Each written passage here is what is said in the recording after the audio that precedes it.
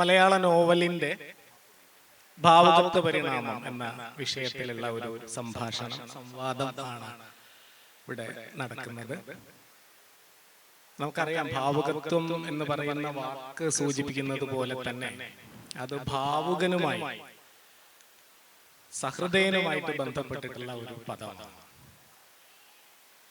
പക്ഷെ കൗതുകകരം എന്ന് പറയാവുന്നത്, ഈ വേദിയുടെ ഒരു ആകർഷണം എന്ന് പറയാവുന്നത്, മലയാളത്തിലെ പ്രമുഖരായിട്ടുള്ള എഴുത്തുകാരാണ് ഇവിടെ ഭാവുകത്വത്തെ കുറിച്ച് നമ്മളോട് സംസാരിക്കുന്നത്.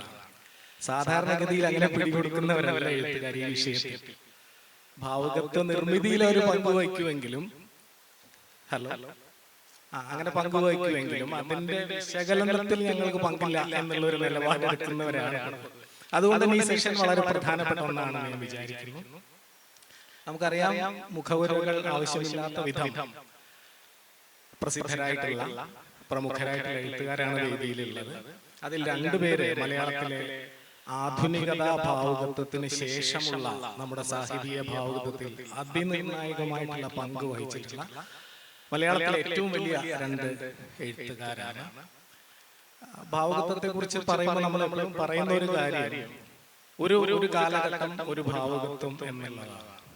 ഭാവുകത്വത്തെ ഏറ്റവും സിമ്പിളായിട്ട് എങ്ങനെ നിർവചിക്കാന്ന് ചോദിച്ചാൽ, എങ്ങനെയാണ് സാഹിത്യം ജീവിതത്തെ നോക്കിക്കാണുന്നത്, അല്ലെങ്കിൽ സാഹിത്യം എങ്ങനെയാണ് ജീവിതത്തെ അഭിമുഖീകരിക്കുന്നത് അഥവാ അഭിസംബോധന ചെയ്യുന്നത് എന്നതിന്റെ ഏറ്റവും ലളിതമായിട്ടുള്ള ഒരു സംസർഗമാണ് ഒരു പക്ഷേ ഭാവുകത്വം എന്ന് പറയുന്നത്.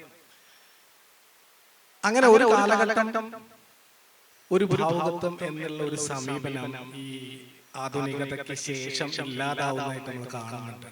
ഒരേ സമയം പലതരത്തിലുള്ള ഭാവുകത്വങ്ങൾ സജീവമായിരിക്കുന്ന ഒരവസ്ഥ നമ്മൾ കാണുന്നുണ്ട്. അപ്പൊ അതുകൊണ്ട് തന്നെ ആധുനികതയ്ക്ക് ശേഷമുള്ള ഭാവുകത്വത്തിന്റെ പ്രബലമായിട്ടുള്ള ധാരകൾ, രണ്ട് ധാരകളെ പ്രതിനിധീകരിക്കുന്ന രണ്ട് വലിയ എഴുത്തുകാരാണ് നമുക്ക് ഈ വേദിയുടെ ആകർഷണമായിട്ട് മുന്നിലുള്ളത്. അതേസമയം എഴുത്തിലെ ഏറ്റവും പുതിയ തലമുറയുടെ അതിശക്തമായ പ്രാതിനിധ്യം അനുഭവിക്കുന്നതിന് വേണ്ടി ജിസാ ജോസ് ടീച്ചർ ഇവിടെയുണ്ട്, ജെയിംസ് സാറുണ്ട്, അംബിക സുബ്രഹ്മണ്യൻ സാറുണ്ട്. വിശദമായ പരിചയത്തിൽ കഴിഞ്ഞു. ഞാൻ വിചാരിക്കുന്നത് ജെയിംസ് സാറിന് തുടങ്ങണമെന്നാണ്. സാർ ഈ പറഞ്ഞതിന്റെ തുടർച്ചയായിട്ടുള്ള ഒരു ചോദ്യമാണ്. അതായത് ഈ ആധുനികതയുടെ ഒരു ഭാവുകത്വം മുന്നിൽ നിൽക്കുകയാണ് എഴുത്തില്. 99 പുറപ്പാടിന്റെ പുസ്തകം പോലെയുള്ള ഒരു സജീവമാണ്. DC ബുക്സിന്റെ നോവൽ ജൂബിലി പുരസ്കാരം നേടി ശ്രദ്ധേയമായിട്ടുള്ള പുസ്തകമായിരുന്നു. അവിടെ നിന്നുള്ള സാറിന്റെ രചനകളൊക്കെ പരിശോധിക്കുമ്പോൾ നമുക്ക് കാണുന്ന ഒരു കാര്യം, ഈ മാനവികം എന്ന് പറയാവുന്ന ആധുനികതയുമായിട്ട് ബന്ധപ്പെട്ട് ഉയർന്നു വന്നിട്ടുള്ള എല്ലാ തരത്തിലുള്ള ആശയ സംഹിതകളെയും അനലൈസ് ചെയ്യുന്ന, അതിനെ എന്താ പറയാ, വേറൊരു തരത്തിലുള്ള യുക്തിബോധം എന്ന് തന്നെ ഞാൻ അതിനെ വിളിക്കട്ടെ, യുക്തിബോധം കൊണ്ട് വിശകലനം ചെയ്ത് അതിനെ ഒരു തരത്തിൽ അട്ടിമറിക്കാൻ ശ്രമിക്കുന്ന ഒരു സ്വഭാവം ഏതാണ്ട് എല്ലാ കൃതികളിലും കാണാനായിട്ട് തോന്നുന്നുണ്ട്. ഇത് ബോധപൂർവമായിട്ട് സംഭവിച്ചതാണോ, ആധുനികതയോടുള്ള ഒരു പ്രതികരണം എന്ന രീതിയിൽ സംഭവിച്ചതാണോ, അതോ വ്യത്യസ്തമായിട്ടുള്ള ജീവിതം മാറുന്നു, സ്വാഭാവികമായിട്ട് അതിനുള്ള കാഴ്ചപ്പാട് മാറുന്നു എന്ന രീതിയിൽ പിന്നീടുള്ള ഇടപെടലിന്റെ ഭാഗമായിട്ട് വന്ന് ഭവിച്ചതാണോ എന്നുള്ളതാണ് എന്റെ ചോദ്യം. സാറിന്റെ രചനാനുഭവങ്ങളുമായിട്ട് ബന്ധപ്പെടുത്തി വ്യത്യസ്ത നോവലുകളുടെ ഭാവുകത്വമായിട്ട് കണക്ട് ചെയ്തുകൊണ്ട് വിശദീകരിക്കണമെന്ന് അപേക്ഷിച്ചു. എല്ലാവർക്കും നമസ്കാരം. മലയാള നോവലിന്റെ ഭാവുകത്വ പരിണാമം എന്ന ഈ വിഷയം കേൾക്കുവാനായിട്ട് ഈ സമയത്ത്, അതായത് മനസ്സിന് വയറ് കത്തുന്ന ഈ സമയത്ത് കാത്തിരിക്കുന്ന നിങ്ങൾക്കെല്ലാം നിങ്ങളുടെ ആ മനോധൈര്യത്തിന് ആദ്യമേ തന്നെ ഞാൻ ഒരു അഭിനന്ദനം അറിയിക്കട്ടെ. അപ്പൊ ആ ചോദ്യം എന്നോട് ചോദിച്ചപ്പോൾ ഞാൻ ഓർത്തത്, ഞാൻ ആദ്യത്തെ പുസ്തകം, പുറപ്പാടിന്റെ പുസ്തകം എഴുതിയ കാലഘട്ടത്തിലുള്ള എന്നെ ഞാൻ ഓർത്തു പോവുകയായിരുന്നു. സത്യത്തിൽ ഭാവുകത്വം എന്ന വാക്കുപോലും ഞാനന്ന് കേട്ടിട്ടില്ല. ആധുനികത എന്നൊക്കെ അവിടെയും ഇവിടെയും സംസാരിക്കുകയും ചില ലേഖനങ്ങളൊക്കെ വായിച്ച് എന്തൊക്കെയോ നടക്കുന്നു എന്നുള്ള ഒരു ധാരണ എൻ്റെ ഉള്ളിലുണ്ടെന്നുള്ളതല്ലാതെ ഈ ആധുനികതയെ അട്ടിമറിക്കണമെന്നോ പുതിയതെന്തെങ്കിലും സൃഷ്ടിക്കണമെന്നോ ഉള്ള യാതൊരു ധാരണയും ഇല്ല. കാരണം അടിസ്ഥാനപരമായിട്ട് ഞാനൊരു എഞ്ചിനീയറാണ്. അപ്പോൾ എഞ്ചിനീയറിംഗിലാണ് എൻ്റെ അഭ്യസനം മുഴുവൻ നടക്കുന്നത്. മലയാളം 10ാം ക്ലാസ് വരെ ഞാൻ ശരിക്കും പറഞ്ഞ ഭാഷ എന്ന നിലയിൽ പഠിച്ചിട്ടുള്ളൂ. പിന്നെ നമുക്ക് നമ്മുടെ ആകെയുള്ള മുതൽക്കൂട്ടം എന്ന് പറഞ്ഞാൽ വായനയിലൂടെ നമ്മിൽ കലരുന്ന സർഗാത്മകതയ്ക്കുള്ള ഊർജം അതായിരുന്നു. അപ്പൊ അത് കൊണ്ടാണ് വാസ്തവ ആ ഒരു ഊർജത്തിന്റെ പരിസരത്തിൽ നിന്നുകൊണ്ടാണ് വാസ്തവത്തിൽ ഞാൻ പുറപ്പാടിന്റെ പുസ്തകവും പിന്നീട് ചോരശാസ്ത്രവും ഒക്കെ എഴുതുന്നത്. അപ്പോൾ എനിക്ക് മനസ്സിലായത് ഈ ഭാവുകത്വ കാലഘട്ടം നമ്മൾ പറഞ്ഞു, നവോത്ഥാന കാലഘട്ടം വേണേ പറയാം, അതല്ലെങ്കിൽ ആധുനികതയുടെ കാലഘട്ടം, റൊമാൻറ്റിക്സിസത്തിന്റെ ഒരു കാലഘട്ടം ഉണ്ടായി. ഇങ്ങനെ പല കാലഘട്ടങ്ങളായിട്ടൊക്കെ എനിക്ക് തോന്നുന്നത് അത് പിന്നീട് വിഭജിക്കുന്നതാണ്. പുസ്തകങ്ങൾ ഉണ്ടായതിനു ശേഷം അവയെ ആ രീതിയിൽ അനലൈസ് ചെയ്യാൻ താല്പര്യമുള്ളവർ വിഭജിച്ച് ഓരോരോ ഭാഗങ്ങളായിട്ട് മാറ്റുകയാണ്. അപ്പൊ എനിക്ക് തന്നെ ഒരു രസകരമായ അനുഭവമുണ്ട്. രണ്ടാമത്തെ പുസ്തകം ചോരശാസ്ത്രം എഴുതി കഴിഞ്ഞപ്പോൾ പുറപ്പാടിന്റെ പുസ്തകത്തിൽ പാടെ ഭിന്നമായ ഒരു പുസ്തകമാകണമെന്നുള്ള ആഗ്രഹമാണ് ചോരശാസ്ത്രത്തിലൂടെ പുറത്തു വരുന്നത്.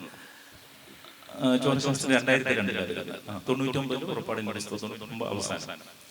അപ്പോൾ ചോരശാസ്ത്രത്തെക്കുറിച്ച് 2 നല്ല പഠനങ്ങളുണ്ട്. ഒന്ന് ഡോക്ടർ വി.സി. ശ്രീധന്റെയും ഡോക്ടർ പി.കെ. രാജശേഖരൻ. 2 പഠനങ്ങൾ ഇപ്പൊ പുസ്തകത്തിലുണ്ട്. അപ്പോൾ അതിൽ ഡോക്ടർ പി.കെ. രാജശേഖരൻ ഈ ചോരശാസ്ത്രത്തെ ഇങ്ങനെ അനലൈസ് ചെയ്ത് അതൊക്കെ വായിച്ച് ഞാൻ അമ്പരന്നിരിക്കുകയാണ്. കാരണം അദ്ദേഹം മലയാളത്തിൽ ഉത്തരാധുനിക നോവൽ ഉണ്ടെന്നുള്ളതിന്റെ തെളിവായിട്ട് ചോരശാസ്ത്രത്തിലെ ഓരോരോ സംഭവങ്ങളെ എടുത്തും ഘടനയെ എടുത്തും ക്രാഫ്റ്റിനെ എടുത്തും ഒക്കെ സമർപ്പിക്കുമ്പോൾ ഞാൻ വിചാരിക്കും, എഴുത്തുകാരെന്നല്ല ഞാൻ വിചാരിക്കാം, ഇങ്ങനൊന്നും ഞാൻ മനസ്സിൽ ചിന്തിച്ചിട്ടില്ല. ഇതൊരു ഉത്തരാധുനിക കൃതിയാണെന്നോ ഒരു പ്രതിനായക സങ്കല്പത്തിൽ ഒരു നോവൽ എഴുതണമെന്നോ അല്ലെങ്കിൽ കളവിന്റെ ശാസ്ത്രം വെച്ച് നമ്മളൊരു നോവൽ രചിക്കുമ്പോൾ അതിന് ഇങ്ങനെ ഒരു പ്രതികരണം ഉണ്ടാവുമെന്ന് എനിക്ക് വാസ്തവത്തിൽ അറിയില്ല. അപ്പൊ എഴുത്തുകാരൻ യഥാർത്ഥത്തിൽ ചെയ്യുന്നത് ദയാനന്ദ മാഷ് പറഞ്ഞതുപോലെ തന്റെ കാലഘട്ടത്തോടല്ല തന്റെ ലോകത്തോടുള്ള അയാളുടെ ആ പ്രതികരണത്തെ അയാൾ പ്രകടിപ്പിക്കുകയാണ്, സ്വയം അറിയാതെ പ്രകടിപ്പിക്കുകയാണ്. സത്യസന്ധമായി അയാളുടെ ഉള്ളിൽ നിന്ന് വരുന്നത് ആ കാലഘട്ടത്തിന്റെ പ്രതികരണമാണ്. 2 രീതിയിലുള്ള പ്രതികരണമുണ്ട്. ഒന്ന് ലോകത്തോടുള്ള പ്രതികരണം, പ്രകൃതിയോടുള്ള പ്രതികരണം, അല്ലെങ്കിൽ സഹജീവികളോടുള്ള പ്രതികരണം. ഇത് കൂടാതെ തന്റെ ആന്തര ലോകത്തോടുള്ള വേറൊരു ശക്തമായ പ്രതികരണം കൂടി കടന്നു വരും. അപ്പോൾ ഈ ഒരു ആന്തര ലോകത്തിലാണ് വാസ്തവത്തിൽ എന്റെ രചനകൾ കൂടുതലായിട്ട് സംഭവിച്ചുകൊണ്ടിരുന്നത്. പുറപ്പാടിന്റെ പുസ്തകം 12 വർഷം കൊണ്ടാണ് അത് പൂർത്തിയാകുന്നത്. ആ 12 വർഷത്തിന് ശേഷം രണ്ടാമതൊരു പുസ്തകം ചോരശാസ്ത്രം എഴുതുമ്പോൾ ഇത് പുറപ്പാടിന്റെ പുസ്തകവുമായിട്ട് യാതൊരു സാമ്യവും എന്ന് വരരുത്, അല്ലെങ്കിൽ പാടെ ഭിന്നമായ ഒരു ട്രീറ്റ്മെന്റ് വേണം എന്നുള്ളൊരു ആഗ്രഹം എന്റെ ഉള്ളിൽ ഉണ്ടാവുകയും അതിൽ നിന്ന് അങ്ങനെ ഒരു രചന വരികയാണ്. പിന്നീട് ഇതുപോലെ തന്നെ കാലഘട്ടത്തിലൂടെ നമ്മൾ സഞ്ചരിച്ചു പോകുമ്പോൾ നമ്മൾ തുടക്കത്തിൽ നമ്മൾ ലോകത്തെ കാണുമ്പോൾ ലോകത്തെ കുറിച്ച് നമുക്കുള്ള ഒരു ദാർശനികമായ ഒരു വിചാരം ഉണ്ടാവും. നമ്മൾ എല്ലാവരും ലോകത്തെ കുറിച്ച് കൂടുതൽ ചിന്തിക്കുവാനായിട്ട് തന്റെ സ്ഥലത്ത് നിന്നുകൊണ്ട് ഒരു നിമിഷം ചിന്തിക്കുവാനായിട്ട് പ്രയത്നിക്കുന്ന എല്ലാവർക്കും ലോകത്തെ കുറിച്ച് അന്നേരം ഓരോ കാഴ്ചപ്പാടുകൾ ഉണ്ടാവും. ഈ കാഴ്ചപ്പാട് അയാളുടെ അനുഭവ തലത്തിലൂടെ അന്വേഷണ തലത്തിലൂടെ മാറിക്കൊണ്ടേയിരിക്കും. അപ്പൊ ഏതോ ഒരു പൂർണ്ണത, കാഴ്ചപ്പാടിന്റെ ഏതോ ഒരു പൂർണ്ണത ഇയാൾ തേടുന്നു. ഈ പൂർണ്ണത തേടുമ്പോൾ അയാളിലുള്ള അപൂർണത കൊണ്ടുണ്ടാകുന്ന അസ്വസ്ഥതയാണ് വാസ്തവത്തിൽ ഓരോ കൃതികളായിട്ടും മാറുന്നത്. അപ്പൊ എന്റെ കൃതികൾ നോക്കുകയാണെങ്കിൽ, അല്ലെങ്കിൽ ആരുടെ ജിസയുടെ ആയാലും അഭ്യാസുൽ മങ്ങാട് മാഷിന്റെ കൃതികൾ ആദ്യം മുതൽ അതിന്റെ ഒരു സീക്വൻഷ്യലായിട്ട് നിങ്ങൾ വായിച്ചു നോക്കുകയാണെങ്കിൽ ഒരു വ്യക്തിയുടെ ദാർശനികമായ നിലപാടുകൾ എങ്ങനെ മുന്നേറി സഞ്ചരിച്ച് ചെന്നു എന്നുള്ളത് നമുക്ക് തിരിച്ചറിയാനാണ്. വാസ്തവത്തിൽ ഈ ഒരു മുന്നേറ്റത്തെയാണ് വേറൊരാൾ പുറത്തുനിന്ന് നോക്കുമ്പോൾ ഭാവുകത്വ പരിണാമമായിട്ട് കാണുന്നതെന്നാണ് എനിക്ക് തോന്നുന്നത്. ഇന്നത്തെ കാലഘട്ടത്തിൽ എല്ലാവർക്കും നമ്മുടെ സൗന്ദര്യ സങ്കല്പങ്ങൾ മാറിയിട്ടുണ്ട്. പണ്ടൊക്കെ നമ്മൾ ധരിച്ചിരുന്ന പോലുള്ള പാന്റ് ഷർട്ടും അല്ല ഇന്ന് നമ്മൾ ധരിക്കുക. അതിന് ചെറുതായ മാറ്റങ്ങൾ പലതും വരുന്നുണ്ട് കാലാനുഗതമായിട്ട്. വസ്ത്രങ്ങളിലും ഭക്ഷണത്തിലും എല്ലാം വരുന്നത് പോലെ നമ്മുടെ സൗന്ദര്യ സങ്കല്പത്തിലും അനുഭൂതി, നമ്മുടെ ഓരോന്നിനും അനുഭൂതി എങ്ങനെയാണ് നമ്മൾ ആർജിക്കുന്നതിലൊക്കെ നമുക്ക് മാറ്റം വന്നിട്ടുണ്ടാവാം. പക്ഷെ എനിക്ക് എപ്പോഴും തോന്നുന്നത് ഇങ്ങനെ മാറ്റം ഉണ്ടാവുകയാണെങ്കിലും ചെറിയ ഒരു കാലഘട്ടത്തിൽ ഉണ്ടാവുന്ന, തുടക്കത്തിൽ പറഞ്ഞ പോലെ ഇപ്പോൾ അങ്ങനെയല്ല, മാറ്റം വളരെ ദ്രുതഗതിയിൽ ഉണ്ടാവുകയാണ്. പണ്ടത്തെ പോലെ നമുക്ക് ഏതെങ്കിലും ഒരു പ്രത്യേക ഭാവുകത്വത്തിന്റെ കളത്തിൽ നമ്മുടെ സാഹിത്യത്തെ, നോവലിനെ എടുത്തു വെക്കാൻ പറ്റാത്ത എന്തുകൊണ്ടാണെന്ന് വെച്ചാൽ മാറ്റം അത്ര ദ്രുതഗതിയിൽ സംഭവിച്ചുകൊണ്ടിരിക്കുകയാണ്. പക്ഷെ ഇങ്ങനെ സംഭവിച്ചുകൊണ്ടിരിക്കുമ്പോൾ പോലും ഒരു കാലഘട്ടത്തിൽ, പഴയ ഒരു കാലഘട്ടത്തിൽ ഒരു കൃതിയെ ഒരു പരീക്ഷയ്ക്ക് വിധേയമാക്കുകയാണെങ്കിൽ അതിന് എത്ര മാർക്ക് കിട്ടും? അതിനുശേഷം 10 വർഷം കഴിഞ്ഞിട്ട് അതേ കൃതിയെ വീണ്ടും ഒരു പരീക്ഷയ്ക്ക് വിധേയമാക്കുകയാണെങ്കിൽ അതിന് എത്ര മാർക്ക് കിട്ടും? വീണ്ടും 10 വർഷം കഴിഞ്ഞ് വീണ്ടും പരീക്ഷയ്ക്ക് വിധേയമാക്കുകയാണെങ്കിൽ എത്ര മാർക്ക് കിട്ടും? എന്നുള്ളതനുസരിച്ചിരിക്കും ഒരു കൃതി കാലത്തെ അതിജീവിച്ച് കടന്നു പോകുന്നത്.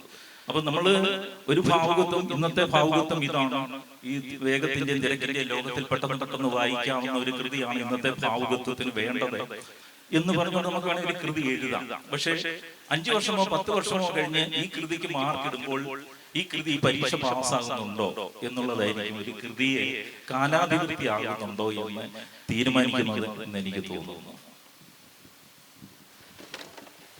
ഓക്കെ സാർ, ചോദ്യശാസ്ത്രത്തെ കുറിച്ച് വി സി ശ്രീജൻ മാഷ് പറഞ്ഞ നിരീക്ഷണം വളരെ പ്രസക്തമാണ്. തദ്ദേശീയമായിട്ടുള്ള ഒരു ജ്ഞാനശാസ്ത്രത്തിന് വേണ്ടിയുള്ള അന്വേഷണമാണ് ഈ കൃതി. ആധുനികതയുടെ പരിപ്രശ്യത്തെ അട്ടിമറിക്കപ്പെട്ടത് ആ രീതിയിൽ തന്നെയാണെന്ന് നമുക്ക് അറിയുകയും ചെയ്യാം. ഇത് ഈ വളരെ ഭംഗിയായിട്ട് മലയാളത്തിൽ നിന്ന് നിർവഹിച്ചിട്ടുള്ള മറ്റൊരു എഴുത്തുകാരൻ നമ്മുടെ അംബിക സുധൻ മാങ്ങാട് മാഷാണ്. ഒരുപക്ഷെ പുതിയ നൂറ്റാണ്ടിലെ മലയാള സാഹിത്യ ഭാവുകത്വത്തെ നിയന്ത്രിക്കുന്ന ഏറ്റവും പ്രധാനപ്പെട്ട എല്ലാ സവിശേഷതകളും തെളിഞ്ഞു കാണുന്ന എഴുത്താണ് മാഷിൻ്റേത്. അപ്പൊ അതിലെ ദളിത്, സ്ത്രീ, അതുപോലെ തന്നെ പരിസ്ഥിതി, തദ്ദേശീയ ചരിത്രം, ഇങ്ങനെ എല്ലാ തരം എലമെന്റുകളുമായി ചേർത്ത് വികസിപ്പിക്കാവുന്ന തരത്തിലുള്ള എഴുത്തുകളാണ് മാഷിൻ്റേത്. 2003 മരക്കാപ്പിലെ തെയ്യങ്ങൾ വരുന്നതെന്നാണ് എൻ്റെ ഓർമ്മ. അത് കഴിയുമ്പോഴേക്കും എന്മകജ എന്ന് പറയുന്ന മലയാളത്തിലെ എക്കാലത്തെയും ക്ലാസിക് ആയിട്ടുള്ള കൃതി വരുന്നുണ്ട്. മാഷോട് എനിക്ക് ചോദിക്കാനുള്ള ഇത്തരത്തിലുള്ള ഈ നേരത്തെ ചോദിച്ച അതേ ചോദ്യം തന്നെയാണ്. അത് ഭാവുകത്വപരമായിട്ടുള്ള ഒരു തിരിച്ചറിവ്, ബോധപൂർവമായിട്ടുള്ള ഒരു ഇടപെടലിന്റെ ഭാഗമായിട്ടാണോ അതോ ഈ കാലഘട്ടത്തിന്റെ ജീവിതവുമായിട്ട് പൊരുത്തപ്പെടുന്നതിൽ, പൊരുത്തക്കേടുകളിൽ നിന്ന് ഉതിർന്നു വരുന്ന ഒരു എഴുത്തായിട്ട് മാറുകയാണോ? എങ്ങനെയാണ് ഡോക്യു ഫിക്ഷൻ എന്നൊക്കെ വിശേഷിപ്പിക്കാവുന്ന തരത്തിൽ അദ്ദേഹത്തിന്റെ രചനകൾ നിൽക്കുമ്പോഴും എൻ്റെ ഒരു പേഴ്സണൽ ആയിട്ടുള്ള അനുഭവം എന്ന് പറയുന്നത് അതിനപ്പുറത്ത് ബദൽ വിചാര മാതൃകകൾ കൊണ്ടുവരാനുള്ള ഒരു ശ്രമം അദ്ദേഹത്തിന്റെ കൃതികളിലുണ്ട് എന്നുള്ളതാണ്. അപ്പൊ അതിനെ സംബന്ധിച്ച് മാഷ എഴുത്തനുഭവങ്ങളിലൂടെ കൃതികളുമായിട്ട് ബന്ധപ്പെടുത്തി എന്ന് വിശദീകരിക്കാമോ എന്നാണ് ചോദിക്കുന്നത്. വേദിയിലും സദസ്സിലുമുള്ള പ്രിയപ്പെട്ടവരെ, കഥകൾ എഴുതി വളരെ 10-25 കൊല്ലം കഥകൾ എഴുതിയിട്ടാണ് ഞാൻ നോവലിലേക്ക് വരുന്നത്. കഥകൾ എഴുതുന്ന കാലത്ത് മലയാള ഭാവുകത്വത്തെ നിയന്ത്രിച്ചിരുന്നത് അത്യാധുനികരെന്ന് വിശേഷിപ്പിക്കപ്പെട്ട എം മുകുന്ദന്റെ തലമുറയാണ്, വിജയന്റെ, കാക്കനാടിന്റെ, സേതുവിന്റെ, ആനന്ദിന്റെ തലമുറയാണ്.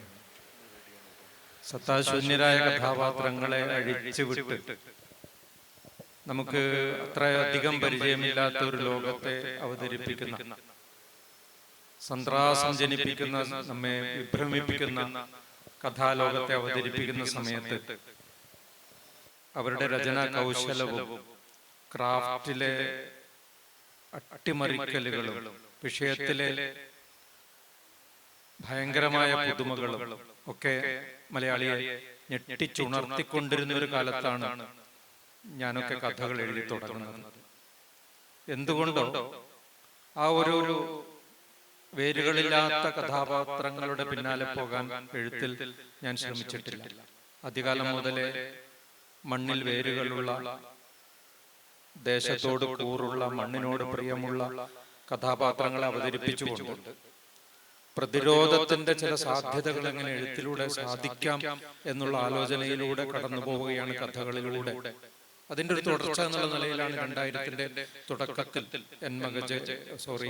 മരക്കാപ്പിലെ തെയ്യങ്ങൾ എന്ന് പറയുന്ന പ്രാദേശികമായ പ്രതിരോധത്തിന്റെ സാധ്യതകളെ കണ്ടെടുത്തുകൊണ്ട്, പ്രത്യേകിച്ചും തെയ്യങ്ങൾ എന്ന കലാരൂപങ്ങളെ അതെങ്ങനെ പ്രതിരോധത്തിന്റെ പ്രതീകങ്ങളാക്കി മാറ്റിക്കൊണ്ട് അതൊരു പ്രബോധനത്തിന്റെ അല്ലെങ്കിൽ പ്രതിബോധത്തിന്റെ ആയുധങ്ങളാക്കി മാറ്റാം എന്നാണ് കഥകളിലൂടെ ഞാൻ ആലോചിക്കാൻ ശ്രമിച്ചത്. ഗ്ലോബലൈസേഷന്റെ ഒരു സാഹചര്യത്തിൽ എല്ലാം പൈതൃക വ്യവസായമായി കൊണ്ടിരിക്കുന്ന ഒരു കാലത്ത്, എല്ലാം കാഴ്ചപ്പണ്ടങ്ങളായി മാറിക്കൊണ്ടിരിക്കുന്ന കാലത്ത്, നമ്മളൊരു ഫ്ലോട്ടിംഗ് സൊസൈറ്റി ആയിട്ട് അതിവേഗം രൂപപ്പെടുന്ന ഒരു കാലത്ത് അതിന്റെ ഒരു ഉദ്വിഗ്നതയിൽ നിന്നാണ്, അതിന്റെ ഒരു ഉത്കണ്ഠയിൽ നിന്നാണ് മരക്കാപ്പിലെ തെയ്യങ്ങൾ എന്ന് പറയുന്ന ഒരു നോവൽ ഞാൻ എഴുതുന്നത്. അതിന്റെ 3 ഭാഗങ്ങൾക്ക് 3 രീതിയാണ്. അത് പിന്നെ ആ രീതിയിലൊക്കെയാണ് ആ നോവൽ എഴുതാൻ ശ്രമിച്ചിട്ടുള്ളത്. അപ്പോ പിന്നീട് വരുന്നത് 2009 എന്മകജ എന്ന് പറയുന്ന ഒരു നോവലാണ്. ആ നോവലും ആദ്യത്തെ നോവൽ ഒരു പരിസ്ഥിതി സമരത്തിൽ പങ്കെടുത്ത് പരാജയപ്പെട്ടതിന്റെ ഭാഗമായിട്ടുണ്ടായതാണെങ്കിൽ, രണ്ടാമത്തെ നോവൽ നിരന്തരമായിട്ട് ഞങ്ങൾ പങ്കെടുക്കുന്ന അല്ലെങ്കിൽ ഞങ്ങൾ സംഘടിപ്പിക്കുന്ന എൻഡോസൾഫാൻ വിരുദ്ധ സമരത്തിന്റെ ഭാഗമായി നിന്നുകൊണ്ട് എഴുതിയ ഒരു നോവലാണ്. നോവൽ എഴുതാൻ വേണ്ടി നോവൽ എഴുതിയതല്ല, മറിച്ച് എന്മകജ എന്ന നോവൽ എഴുതിയത് സമരത്തിന് ശക്തി പകരാൻ തന്നെയാണ്. ആ കാലത്തുള്ള സമരങ്ങൾക്ക് ശക്തി പകരാൻ വേണ്ടിയിട്ട് 70ഓളം ലേഖനങ്ങൾ, കൂടുതലും മാതൃഭൂമി ആഴ്ചപ്പതിപ്പിലൊക്കെയാണ് വന്നത്. 70ഓളം ലേഖനങ്ങൾ എഴുതിയ ഒരാളെന്നുള്ള നിലയിൽ 4-5 കഥകളും എഴുതിയിട്ടുണ്ടെങ്കിലും എന്മകജ എന്ന് പറയുന്ന ഒരു ഫിക്ഷനിലേക്ക് ഈ സാധനം വരുമ്പോൾ, ഇപ്പൊ നിയമസഭാ പുസ്തകോത്സവത്തിൽ പോയപ്പോൾ ഒരു പെൺകുട്ടിയുടെ അടുത്ത് ഓടി വന്നിട്ട് പറഞ്ഞു, ഫോട്ടോ എടുക്കണം എന്ന് പറഞ്ഞിട്ട് പറഞ്ഞത് 14 തവണ എന്മകജ വായിച്ചു, ഞാൻ ഇനിയും വായിച്ചുകൊണ്ടിരിക്കുന്നു. ഇത്തരം പ്രതികരണങ്ങൾ ഉണ്ടാവുന്നത്, എന്മകജ ആളുകൾ മനസ്സിൽ കൊണ്ടു നടക്കുന്നത്, എന്റെ 70 ലേഖനങ്ങൾ ആരും ഓർക്കാതിരിക്കുന്നത് ഫിക്ഷന്റെ ഒരു ഭയങ്കരമായ ശക്തി കൊണ്ടാണ്. ഇവിടെ ഇരിക്കുന്ന രണ്ടുപേർക്കും നല്ല ബോധ്യമുള്ള ഗംഭീരമായ ഫിക്ഷനുകൾ എഴുതുന്ന ആളുകളാണ് ഇവിടെ ഇരിക്കുന്നത്. ഫിക്ഷൻ ഒരു വേറെ തന്നെ ഒരു ശക്തിയുണ്ട് എന്ന് ബോധ്യമാവുന്നത് ആ ഒരു കാലത്താണ്. അപ്പൊ സമരങ്ങൾക്ക് ശക്തി പകരാൻ വേണ്ടിയിട്ട് എഴുതിയിട്ടുള്ള ഒരു പുസ്തകം, സമരങ്ങൾക്ക് മുന്നിൽ നിൽക്കുന്ന ആളുകളിൽ ഒരാളെന്നുള്ള നിലയിൽ എന്ന് മാത്രമല്ല, ഈ രോഗബാധിതരായിട്ടുള്ള ആളുകളുടെ കൂടെയൊക്കെ സഞ്ചരിക്കുകയും അവരുടെ വീടുകളിലൊക്കെ പോവുകയും, ഞാൻ എന്മകജ ഗ്രാമത്തിലെ ഒരു സ്പെഷ്യൽ സ്കൂളിൽ പോയിരുന്നു. അവിടെ 3 വയസ്സിൽ താഴെയുള്ള 15 കുഞ്ഞുങ്ങളുണ്ട്. 10 വയസ്സിൽ താഴെയുള്ള കുറെ കുഞ്ഞുങ്ങളുണ്ട്. കുറെ കുഞ്ഞുങ്ങൾ ഒരു മുറിയിൽ കിടത്തിയിരിക്കുന്ന സ്ഥലത്തേക്കൊക്കെ പോയിട്ട് അധിക സമയം എനിക്ക് നിൽക്കാൻ പറ്റിയില്ല. അവരുടെ അമ്മമാരോടൊക്കെ, ചെറുപ്പക്കാരികളായ അമ്മമാരോടൊക്കെ സംസാരിക്കുന്ന സമയത്ത് ഉണ്ടാകുന്ന ഒരു വലിയ വേദന. അപ്പൊ എന്നെ സംബന്ധിച്ചിടത്തോളം എന്മകജ എന്നുള്ളൊരു ഫിക്ഷൻ അല്ല, ഒരിക്കലും ഞാനതിനെ ഫിക്ഷനായിട്ട് ഒരിക്കലും കണ്ടിട്ടില്ല. ഫിക്ഷൻ ഭാവനയാണ് എന്ന് പറയും. പക്ഷെ ഭാവന എവിടെയാണ് അവസാനിക്കുന്നത്, അവിടെയാണ് എന്മകജ തുടങ്ങുന്നത് എന്ന് പറയാം. മാത്രമല്ല, എന്മകജയിൽ വരുന്ന കഥാപാത്രങ്ങളെല്ലാം ജീവിച്ചിരിക്കുന്നവരോ ആണ്. ഞാൻ പലതവണ പറഞ്ഞിട്ടുള്ള ഒരു കാര്യമാണ്. എന്മകജയിലെ കുഞ്ഞുങ്ങളൊക്കെ മരണപ്പെടുന്ന സമയത്ത്, ഏതാണ്ട് 2-3 കുഞ്ഞുങ്ങളെ ബാക്കിയുള്ളൂ, എല്ലാവരും മരണപ്പെടുന്ന സമയത്ത് ഗ്രാമങ്ങളിൽ ചെന്ന് കാണേണ്ടി വന്ന നിർഭാഗ്യമുണ്ടായ ഒരു എഴുത്തുകാരൻ കൂടിയാണ്. അപ്പൊ എനിക്കതിൽ നോവലേതാണ്, ജീവിതം ഏതാണ് എന്ന് വേർതിരിക്കാൻ ഇന്നും പറ്റിയിട്ടില്ല. ഇപ്പോഴും അതിന്റെ അനുഭവങ്ങളിലൂടെ ഞാൻ പോയപ്പോൾ അതിലെ നോവലൊരു കഥാപാത്രം അവിടെ ഇരിക്കുന്നു. ഓഡിയൻസിൽ ഉദയ എന്ന് പറയുന്ന ഒരു കഥാപാത്രം 20 കൊല്ലം ഞാൻ പരിചയപ്പെട്ട കുട്ടിയാണ്. ആ കുട്ടി എന്നെ കണ്ടപ്പോൾ തന്നെ തിരിച്ചറിഞ്ഞു. സംസാരിക്കാനൊന്നും വയ്യാത്ത, ചെറുതായിട്ടും അത്രയേ ഉള്ളൂ, നടക്കാൻ പറ്റാത്തൊരു, പ്രായമേറെയായെങ്കിൽ ഇപ്പോഴും കുട്ടിത്തം വിട്ടിട്ടില്ലാത്തൊരു കുട്ടിയാണ്. അപ്പൊ അങ്ങനെയുള്ള അനുഭവങ്ങളിലൂടെ നോവൽ എഴുതി കഴിഞ്ഞിട്ട് ഇപ്പോഴും കടന്നു പോകുന്നവരാണ്. എന്നെ സംബന്ധിച്ചിടത്തോളം ഫിക്ഷനും ജീവിതവും തമ്മിലുള്ള വേർതിരിവ് ഇല്ല എന്ന് തന്നെ പറയാം. ഓക്കെ,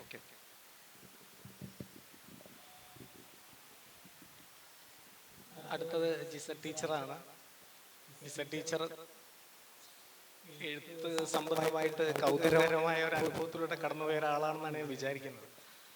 ടീച്ചറുടെ എഴുത്തിന്റെ ആദ്യകാലം സജീവമായിരുന്നു. ഇടയ്ക്ക് ഒരു ലീവ് എടുത്തു പോകുന്ന അവസ്ഥയുണ്ടായി എന്ന് വേണം മനസ്സിലാക്കാൻ. ഒളിച്ചുകളി എന്നൊക്കെ പറയാവുന്ന തരത്തിൽ. അങ്ങനെ 2ാം ഘട്ടത്തിൽ ഇപ്പോഴാണ് വീണ്ടും വളരെ അപ്രതീക്ഷിതമായിട്ട് ഒരു എൻട്രി നടത്തുകയും വളരെ പെട്ടെന്ന് കേരളം മുഴുവൻ ശ്രദ്ധിക്കപ്പെടുന്ന തരത്തിൽ ഫിക്ഷൻ്റെയും അതുപോലെ തന്നെ കവിതയുടെ ഒക്കെ മേഖലയിൽ ഈ ഒരു പക്ഷേ ഒരു പ്രതിവിചാര ലോകങ്ങൾ എന്നൊക്കെ പറയാവുന്ന തരത്തിലുള്ള ഒരു എഴുത്ത്, വളരെ സജീവമായിട്ടുള്ള ഒരു എഴുത്തുമായി ശ്രദ്ധേയമായിട്ടുള്ള സ്ഥാനം നേടിയെടുക്കുകയാണ് സംഭവിക്കുന്നത്, ഒരുപാട് പുസ്തകങ്ങളുമായിട്ട്. അപ്പോൾ എൻ്റെ ഒരു ചോദ്യം ഈ എഴുത്തങ്ങളുമായിട്ട് ബന്ധപ്പെട്ടത്, എന്താണ് അവിടെ സംഭവിച്ചത് യഥാർത്ഥത്തിൽ? ഇങ്ങനെ ഒരു കാലം രൂപപ്പെട്ട് വരാൻ വേണ്ടി കാത്തിരിക്കുകയായിരുന്നോ, അതോ ഇങ്ങനെ ഒരു കാലം ഞാൻ രൂപപ്പെടുത്തും എന്നുള്ള നിശ്ചയദാർഢ്യത്തോടെ ഇറങ്ങുകയായിരുന്നു എന്നുള്ളതാണ്? എല്ലാവർക്കും നമസ്കാരം. ദയനൻ ചോദിച്ചത് എന്തുകൊണ്ടാണ് ഇങ്ങനെ ബ്രേക്ക് എടുത്തത് എന്നാണ് ചോദിച്ചത്. അങ്ങനെ പഠിക്കുന്ന കാലത്ത് എഴുതിയിരുന്ന ആളാണ്. സജീവമായിട്ടെന്ന് പറയാൻ പറ്റുമെന്ന് അറിയില്ല. മത്സരങ്ങൾക്കൊക്കെ നിർബന്ധമായും എഴുതുകയും സമ്മാനം വാങ്ങുകയൊക്കെ ചെയ്തിരുന്ന ആളാണ്. കഥ എഴുതിയിരുന്നു. പക്ഷെ പിന്നെ എനിക്ക് തോന്നുന്നു പലതരത്തിലുള്ള പല കാരണങ്ങളാവും ബോധപൂർവമായ ഒരു ബ്രേക്ക് ആയിരുന്നില്ല. എഴുതാൻ പറ്റും, എഴുതും എന്നൊക്കെയുള്ള ഒരു ബോധം അല്ലെങ്കിൽ ആഗ്രഹം ഉള്ളിൽ കിടക്കുന്നുണ്ടായിരുന്നു. പക്ഷെ ഒരിക്കലും അതിനുവേണ്ടി മനഃപൂർവ്വം ശ്രമം നടത്തിയില്ല. അപ്പൊ മാത്രമല്ല, നമ്മൾ സ്ത്രീകളുടെ ജീവിതം എനിക്ക് തോന്നുന്നു പഴയ കാലത്ത്, ഇപ്പോഴത്തെ കാലവും തല ഞാൻ പറയുന്നത്, ഞങ്ങളുടെ ഒക്കെ ഒരു കാലത്ത് അത് കൂടുതൽ സങ്കീർണമായിരുന്നു അല്ലെങ്കിൽ കൂടുതൽ ലളിതമായിരുന്നു. അങ്ങനെ ഏത് രീതിയിലും പറയാം.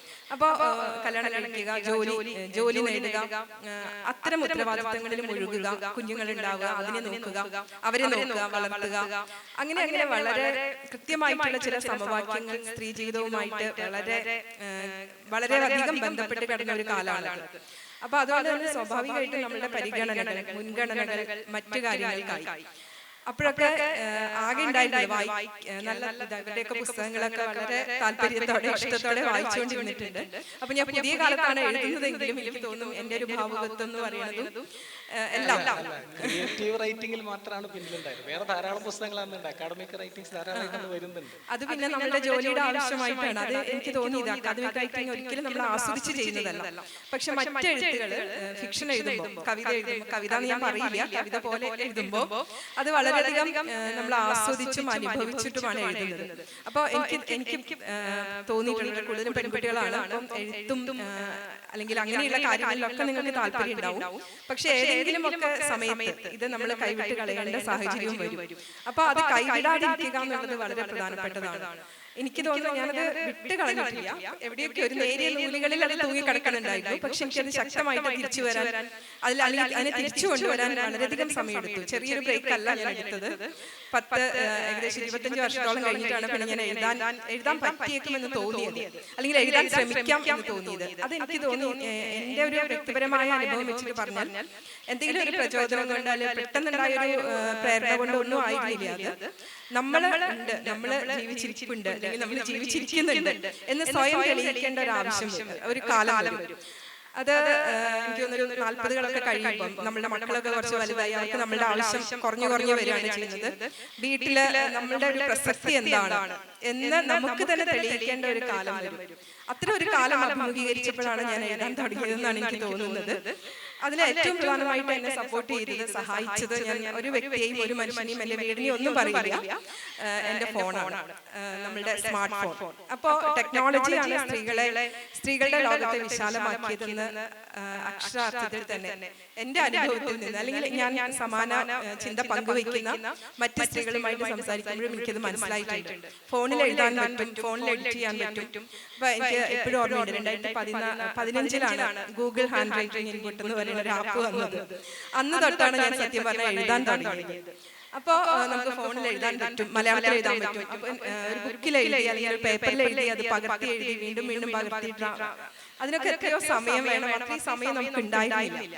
അപ്പൊ പക്ഷെ ഫോൺ വന്നപ്പോൾ നമുക്ക് എവിടെ ഇരിക്കുമ്പോഴും, നമ്മള് ഒരു ബസ് കാത്തിരിക്കുമ്പോഴും, ട്രെയിനിൽ യാത്ര ചെയ്യുമ്പോഴും, ഡോക്ടറുടെ അപ്പോയിന്റ്മെന്റിന് കാത്തിരിക്കുമ്പോഴും ഒക്കെ നമുക്ക് എഴുതാൻ പറ്റും. അപ്പൊ അങ്ങനെയാണ് ഞാൻ എഴുതിയത്. പണ്ട് ലളിതാംബിക അന്തർജനം പറയുന്നത് പോലെ അവരുടെ അവരനുഭവിച്ചതൊന്നല്ല നമ്മൾ അനുഭവിച്ചത്. പക്ഷെ എനിക്ക് ചിലപ്പോ അത് തോന്നാറുണ്ട്. അടുക്കളയിൽ പാത്രങ്ങൾക്കിടയിൽ ഒരു കടലാസ് കഷ്ണവും ചെറിയ നോട്ട്ബുക്കും പെൻസിലും വെച്ചിരുന്നു, ഒരു കുറ്റി പെൻസിലും വെച്ചിരുന്നു. അപ്പൊ പെട്ടെന്ന് എന്തെങ്കിലും എഴുതാൻ തോന്നിയാൽ അതിൽ കുറിച്ച് വെക്കും. രാത്രി എല്ലാവരും ഉറങ്ങി കഴിഞ്ഞിട്ട് തൊട്ടിൽ കയറൊക്കെ പിടിച്ചിരുന്ന് എഴുതിയതിനെ കുറിച്ച് ആത്മകഥയ്ക്ക് ഒരു ആമുഖം എന്നുള്ള പുസ്തകത്തിൽ പറയുന്നുണ്ട്. അതിന് പുതിയ കാലത്ത് സ്ത്രീകളും സമാനമായിട്ടുള്ള ഒരു അനുഭവം പങ്കുവയ്ക്കുന്നതാണ് എനിക്ക് തോന്നുന്നത്. ഞാൻ തന്നെ അതിനെ പറയാൻ പറ്റും. നമ്മള് പല ജോലികൾക്കിടയിൽ, എനിക്ക് തോന്നുന്നു അടുക്കളയിലെ ജോലി ചെയ്യുന്നതിനിടയിൽ പെട്ടെന്ന് ചിലപ്പോൾ ഒരു വരി കവിതയാവാം, കഥയാവാം, അല്ലെങ്കിൽ കഥയായിട്ട് വികസിപ്പിക്കാനുള്ള ഒരു ആശയമാവും. അപ്പൊ അത് അന്നേരം എഴുതി വെച്ചിട്ടില്ലെങ്കിൽ ചിലപ്പോൾ മറന്നുപോകും. അപ്പൊ തന്നെ ഞാൻ ഫോണിൽ വെറുതെ കളർ നോട്ട് എടുത്തിട്ട് അതിൽ എഴുതി വെക്കും. ഈ ഫോൺ ചിലപ്പോൾ അടുക്കളയിൽ നിന്ന് പുറത്തിറങ്ങുമ്പോൾ ഒരുപാട് കറിയും പാടൊക്കെ പിടിച്ചിട്ടായിരിക്കും ഉണ്ടാവുക. പക്ഷെ അത് നമുക്ക് തുടച്ചാ പോകും. അങ്ങനെയാണ് പലപ്പോഴും എഴുത്ത്. നമുക്ക് എഴുതാനുള്ള കാര്യങ്ങൾ അതിലാണ് കുറിച്ച് വെക്കുന്നത്. പിന്നെ അത് സമയം പോലെ വിശാലമായി അത് വിപുലീകരിക്കുകയാണ് ചെയ്യുന്നത്. അപ്പൊ അംബിക സാർ എന്നോട് ചോദിച്ചു, കുറച്ച് സമയം കൊണ്ട് ഒരുപാട് എഴുതി എന്ന് പറഞ്ഞു. കുറേയധികം സത്യമാണ്. 2020 എന്റെ ആദ്യത്തെ നോവൽ വരുന്നത്. അന്ന് തന്നെയാണ്, ആ വർഷം തന്നെയാണ് ആദ്യത്തെ കഥാസമാഹാരവും വരുന്നത്. ഇപ്പൊ 6ാമത്തെ നോവലായി. അപ്പൊ അത് ഞാൻ മത്സരിച്ച അല്ലെങ്കിൽ വാശി പിടിച്ച് എഴുതുന്നതല്ല, സംഭവിച്ചു പോകുന്നതാണ്. പക്ഷെ എഴുതാൻ വളരെ അനായാസമായിട്ട് കഴിയുന്നു, അല്ലെങ്കിൽ എഴുതാനുള്ള ഒരു മാധ്യമം, എഴുതി വെക്കാനുള്ള ഒരു ഇടമുണ്ട് എന്നുള്ളത് നമ്മളെ സംബന്ധിച്ച് വലിയൊരു കാര്യമാണ്. നമ്മളുടെ കാലത്ത് എഴുതുന്ന ആളുകളൊക്കെ ഇതേ ആ കാര്യം പറയുന്നത് ഞാൻ കേട്ടിട്ടുണ്ട്. അപ്പൊ ടെക്നോളജി, സാങ്കേതിക വിദ്യ എന്ന് പറയുന്നത് സ്ത്രീകളുടെ ക്രിയേറ്റിവിറ്റി വളരെയധികം സ്വാധീനിച്ചിട്ടുണ്ട്. ഇപ്പം ഈ അടുത്ത് പല ചർച്ചകളും നടക്കുന്നുണ്ട്. നിർമ്മിത ബുദ്ധി, AI, അതൊക്കെ സർഗാത്മകതയെ സ്വാധീനിക്കുമോ, മാറ്റുമോ, മറിക്കുമോ എന്നൊക്കെ ചോദിക്കുന്നുണ്ട്. പക്ഷെ എനിക്ക് എപ്പോഴും തോന്നുന്നു ഈ ഇത്തരം ടെക്നോളജികളാണ്, ഇത്തരം സാങ്കേതിക വിദ്യകളാണ് സ്ത്രീകളുടെ എഴുത്തു ലോകത്തെ, അവരുടെ ചിന്തകളെ, അവരുടെ ഇടങ്ങളെ വിശാലമാക്കിയത്. അതിന്റെ ഒരു ഉദാഹരണം ഞാൻ തന്നെയാണ്. നമുക്ക് വളരെ പരിമിതമായ സമയമേ ഉള്ളൂ. മണിക്കൂറുകളോളം എടുത്ത് ചർച്ച ചെയ്യേണ്ട ഒരു വിഷയമാണ് യഥാർത്ഥത്തിൽ ഇത് ഭാവുകത്വ പരിണാമം എന്ന് പറയുന്നത്, പ്രത്യേകിച്ച് ഇത്രയും പ്രമുഖരായിട്ടുള്ള എഴുത്തുകാരുള്ള സമയത്ത്. അപ്പോൾ നമുക്കൊരു റൗണ്ട് കൂടെ, ചെറിയൊരു റൗണ്ട് കൂടെ ഇങ്ങനെ പാസ് ചെയ്ത് പോയതിന് ശേഷം നിങ്ങളിലേക്ക്, പ്രേക്ഷകരിലേക്ക് വരാമെന്നാണ് വിചാരിക്കുന്നത്.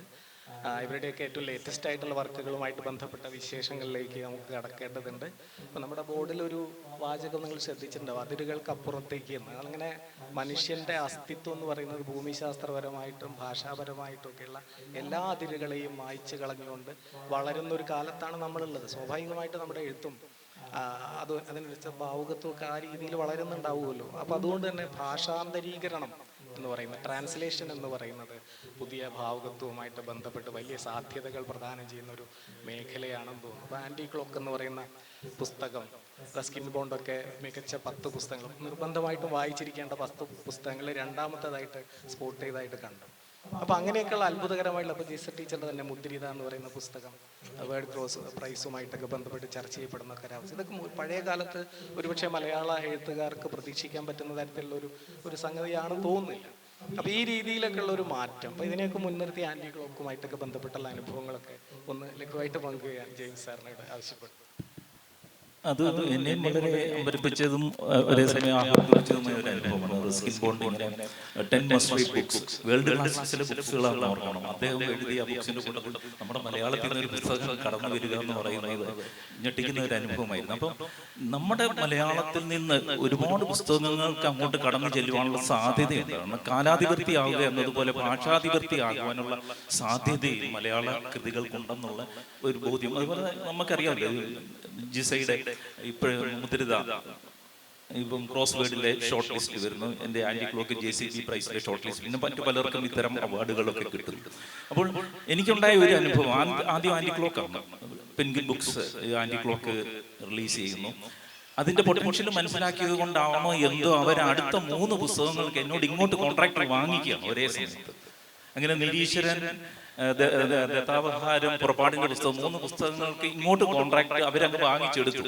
അപ്പൊ എനിക്കിനി അവര് പുസ്തകം പ്രസിദ്ധീകരിക്കുന്നവരെ കാത്തിരിക്കേണ്ടി വന്നു. എന്ന് പറഞ്ഞാൽ നമ്മൾ അറിയാത്ത ഒരു പൊട്ടൻഷ്യലിനെ മറ്റുള്ളവർക്ക് അതിലൂടെ കണ്ടെത്തുവാനായിട്ടാകുന്നു എന്നുള്ളത്. അത് നമ്മുടെ മലയാളത്തിലുള്ള ഒരുപാട് പുസ്തകങ്ങൾക്ക് അതിനുള്ള സാധ്യതകളുണ്ട്. അപ്പൊ ഒരു തുറവി എത്തിക്കിട്ടുവാനുള്ള ഒരു അവസരം ഉണ്ടായി കഴിഞ്ഞാൽ ഇത്തരം ഭാഷാന്തരീകരണത്തിന് സാധ്യതയുള്ള കാലാധിപത്യവും അതുപോലെ തന്നെ ഭാഷയുടെ അതിരുകൾ കടക്കുവാനും ശേഷിയുള്ള പുസ്തകങ്ങൾ നമ്മുടെ മലയാളത്തിലുണ്ട്.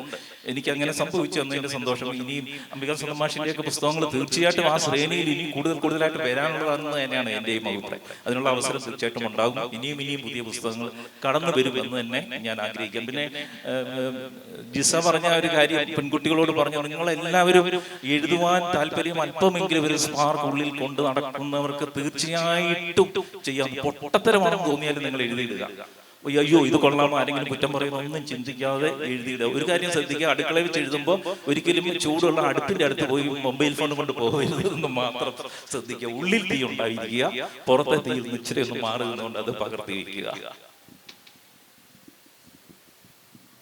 അംബികാസുധൻ മാങ്ങാട് മാഷിന്റെ പുതിയ പുസ്തകം അല്ല ഹലൻ എന്ന് പറയുന്ന പുസ്തകം നേരത്തെ നമ്മൾ പറഞ്ഞതിന്റെ തുടർച്ചയായിട്ട് ഒരു ദളിത് സമാന്തര ചരിത്ര രചനയുടെ ഒരു ഭാഗമായിട്ട് നിൽക്കുന്ന ഒരു പുസ്തകമാണ്. അപ്പോൾ അതിൻ്റെ രചനാനുഭവങ്ങൾ 14ാം നൂറ്റാണ്ടിലോ ഒക്കെ ഉണ്ടായിട്ടുള്ള ഒരു രാജാവുമായിട്ട് ബന്ധപ്പെട്ടിട്ടുള്ള കഥയുടെ ഒരു തന്തു, ഒരു പക്ഷേ തോറ്റംപാട്ട്, തെയ്യംപാട്ടിൽ നിന്നൊക്കെ മാഷെ കണ്ടെടുത്ത് വിശദീകരിച്ചു കൊണ്ടുവരുന്ന ഒരു സാധനമാണ്. അപ്പോൾ അത്തരത്തിലുള്ള ചരിത്രവും ഭാവനയൊക്കെ കെട്ടുപിണഞ്ഞ് വരുന്ന പുതിയ പ്രത്യേകിച്ച് പുതിയ കാലത്തെ റൈറ്റിങ്ങിനകത്ത് യാഥാർത്ഥ്യവും ഭാവനയും തമ്മിലുള്ള ഒരു വെച്ചുമാറൽ ഒരു പ്രത്യേക അനുപാതത്തിൽ സംഭവിക്കുന്നുണ്ട്, പിടിതരാത്ത അനുപാതത്തിൽ അത് സംഭവിക്കുന്നുണ്ട്. അപ്പോൾ മാഷ എന്നെ നേരത്തെ സൂചിപ്പിച്ച എന്മകജയ്ക്കകത്ത് എവിടെയാണ് യാഥാർത്ഥ്യം, എവിടെയാണ് ഫിഷ്യസ് ആയിട്ടുള്ള അംശം എന്ന് വിശദീകരിക്കാൻ പ്രയാസമാണ്. അത്തരത്തിലൊരു കുഴമറച്ചിൽ പുതിയ കാലത്തെ എഴുത്തിൽ സംഭവിക്കുന്നുണ്ട്. മാഷ പുസ്തകത്തിന്റെ രചനാനുഭവങ്ങൾ ഒന്ന് വിശദീകരിക്കാം. ഉത്തര കേരളത്തിൽ 14ാം നൂറ്റാണ്ടിൽ ഞങ്ങളുടെ നാട്ടിൽ ഒരു നാട്ടുരാജാവ് ഉണ്ടായിരുന്നു. പക്ഷെ ഒരു ചരിത്ര പുസ്തകത്തിലും അദ്ദേഹം ഇല്ല. പക്ഷെ തെയ്യത്തിന്റെ തോറ്റത്തിൽ നിന്നാണ് ആ ത്രെഡ് എടുത്ത് ആ നാട്ടിലുള്ള ഐതിഹ്യങ്ങളിൽ നിന്നും ഒക്കെ എടുത്ത് സംസ്കരിച്ചെടുക്കാൻ വളരെ എളുപ്പമായിരുന്നില്ല. വലിയൊരു റിസർച്ച് വേണ്ടി വന്നിട്ടുണ്ട്. പക്ഷെ ഒരു നാട്ടുരാജാവിന്റെ കഥ പറയുന്നതിൽ ഒരു പ്രസക്തിയും ഇല്ല. പക്ഷെ ആ നാട്ടുരാജാവിന്റെ കഥയിലൂടെ നമ്മുടെ ജാതി വ്യവസ്ഥ എങ്ങനെയാണ് നിലനിന്നിരുന്നത് എന്നുള്ളത് പറയാനും അതുവഴി സാർവകാലികമായ ഒരു വിഷയത്തെ അവതരിപ്പിക്കാനും, ഇപ്പൊ പുരോഗമന പ്രസ്ഥാനങ്ങളും ദേശീയ പ്രസ്ഥാനവും ശ്രീനാരായണ ഗുരുവിനെ പോലെയുള്ള മനീഷികളും ഒക്കെ ചേർന്ന് നമ്മുടെ ജാതി സമ്പ്രദായത്തിൽ ഒക്കെ ഉണ്ടാക്കിയിട്ടുള്ള മാറ്റം നമുക്കറിയാവുന്ന കാര്യമാണ്. വലിയ എല്ലാവർക്കും ഒരുമിച്ചിരിക്കാവുന്ന ഒരു ലോകത്തെ, ദേശത്തെ, മലയാളത്തെ ഉണ്ടാക്കി എന്ന് പറയാം. പക്ഷേ സ്ഥൂലതലത്തിൽ ജാതിയെ എടുത്തു കളഞ്ഞെങ്കിലും സൂക്ഷ്മതലത്തിൽ ജാതി ആളുകളുടെ മനസ്സിൽ പഴയകാലത്തെക്കാളും നൃശംസതകളോടുകൂടി വിരാജിക്കുന്നതായിട്ട് എപ്പോഴും കാണാം, ഇപ്പോഴും കാണാം. ഒരു ഇലക്ഷൻ വരുമ്പോഴൊക്കെ നാം ചർച്ച ചെയ്യുന്നത് ജാതിയെ കുറിച്ചാണ്. അപ്പൊ അങ്ങനെ സ്ഥൂലതലത്തിൽ നിർമ്മാർജ്ജനം ചെയ്ത ഒരു ജാതിയെ, സൂക്ഷ്മതലത്തിൽ അപ്പോഴും നിലനിൽക്കുന്ന ആ ജാതിയെ പ്രതിരോധാത്മകമായിട്ട് ചൂണ്ടിക്കാണിച്ചുകൊണ്ട് നേരിടുക എന്നുള്ളതാണ് അലോകലൻ എന്ന കഥയിലൂടെ ഞാൻ ആ കഥ വീണ്ടെടുത്തുകൊണ്ട് പറയാൻ ശ്രമിക്കുന്നത്. അതോടൊപ്പം തന്നെ തുളുനാടിന്റെ ഒരു ബദൽ പാരമ്പര്യം, അതാണ് ആ നോവലിലുടനീളം വരുന്നത്. മറ്റ് നാടുകളിൽ നിന്നും വ്യത്യസ്തമായിട്ട് ഞങ്ങളിവിടെ ആരാധിക്കുന്ന പ്രധാനപ്പെട്ട ഒരു തെയ്യം ബാലി തെയ്യമാണ്.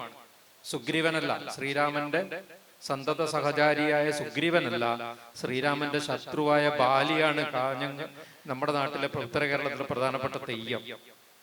അവിടെ ആരാധിക്കപ്പെടുന്നത് വാമനനല്ല, ആയിരക്കണക്കിന് വീടുകളിലും ധർമ്മശാസ്ത്ര ക്ഷേത്രങ്ങളിലും ഇപ്പോഴും ആരാധിക്കപ്പെടുന്നത് മഹാബലിയാണ്.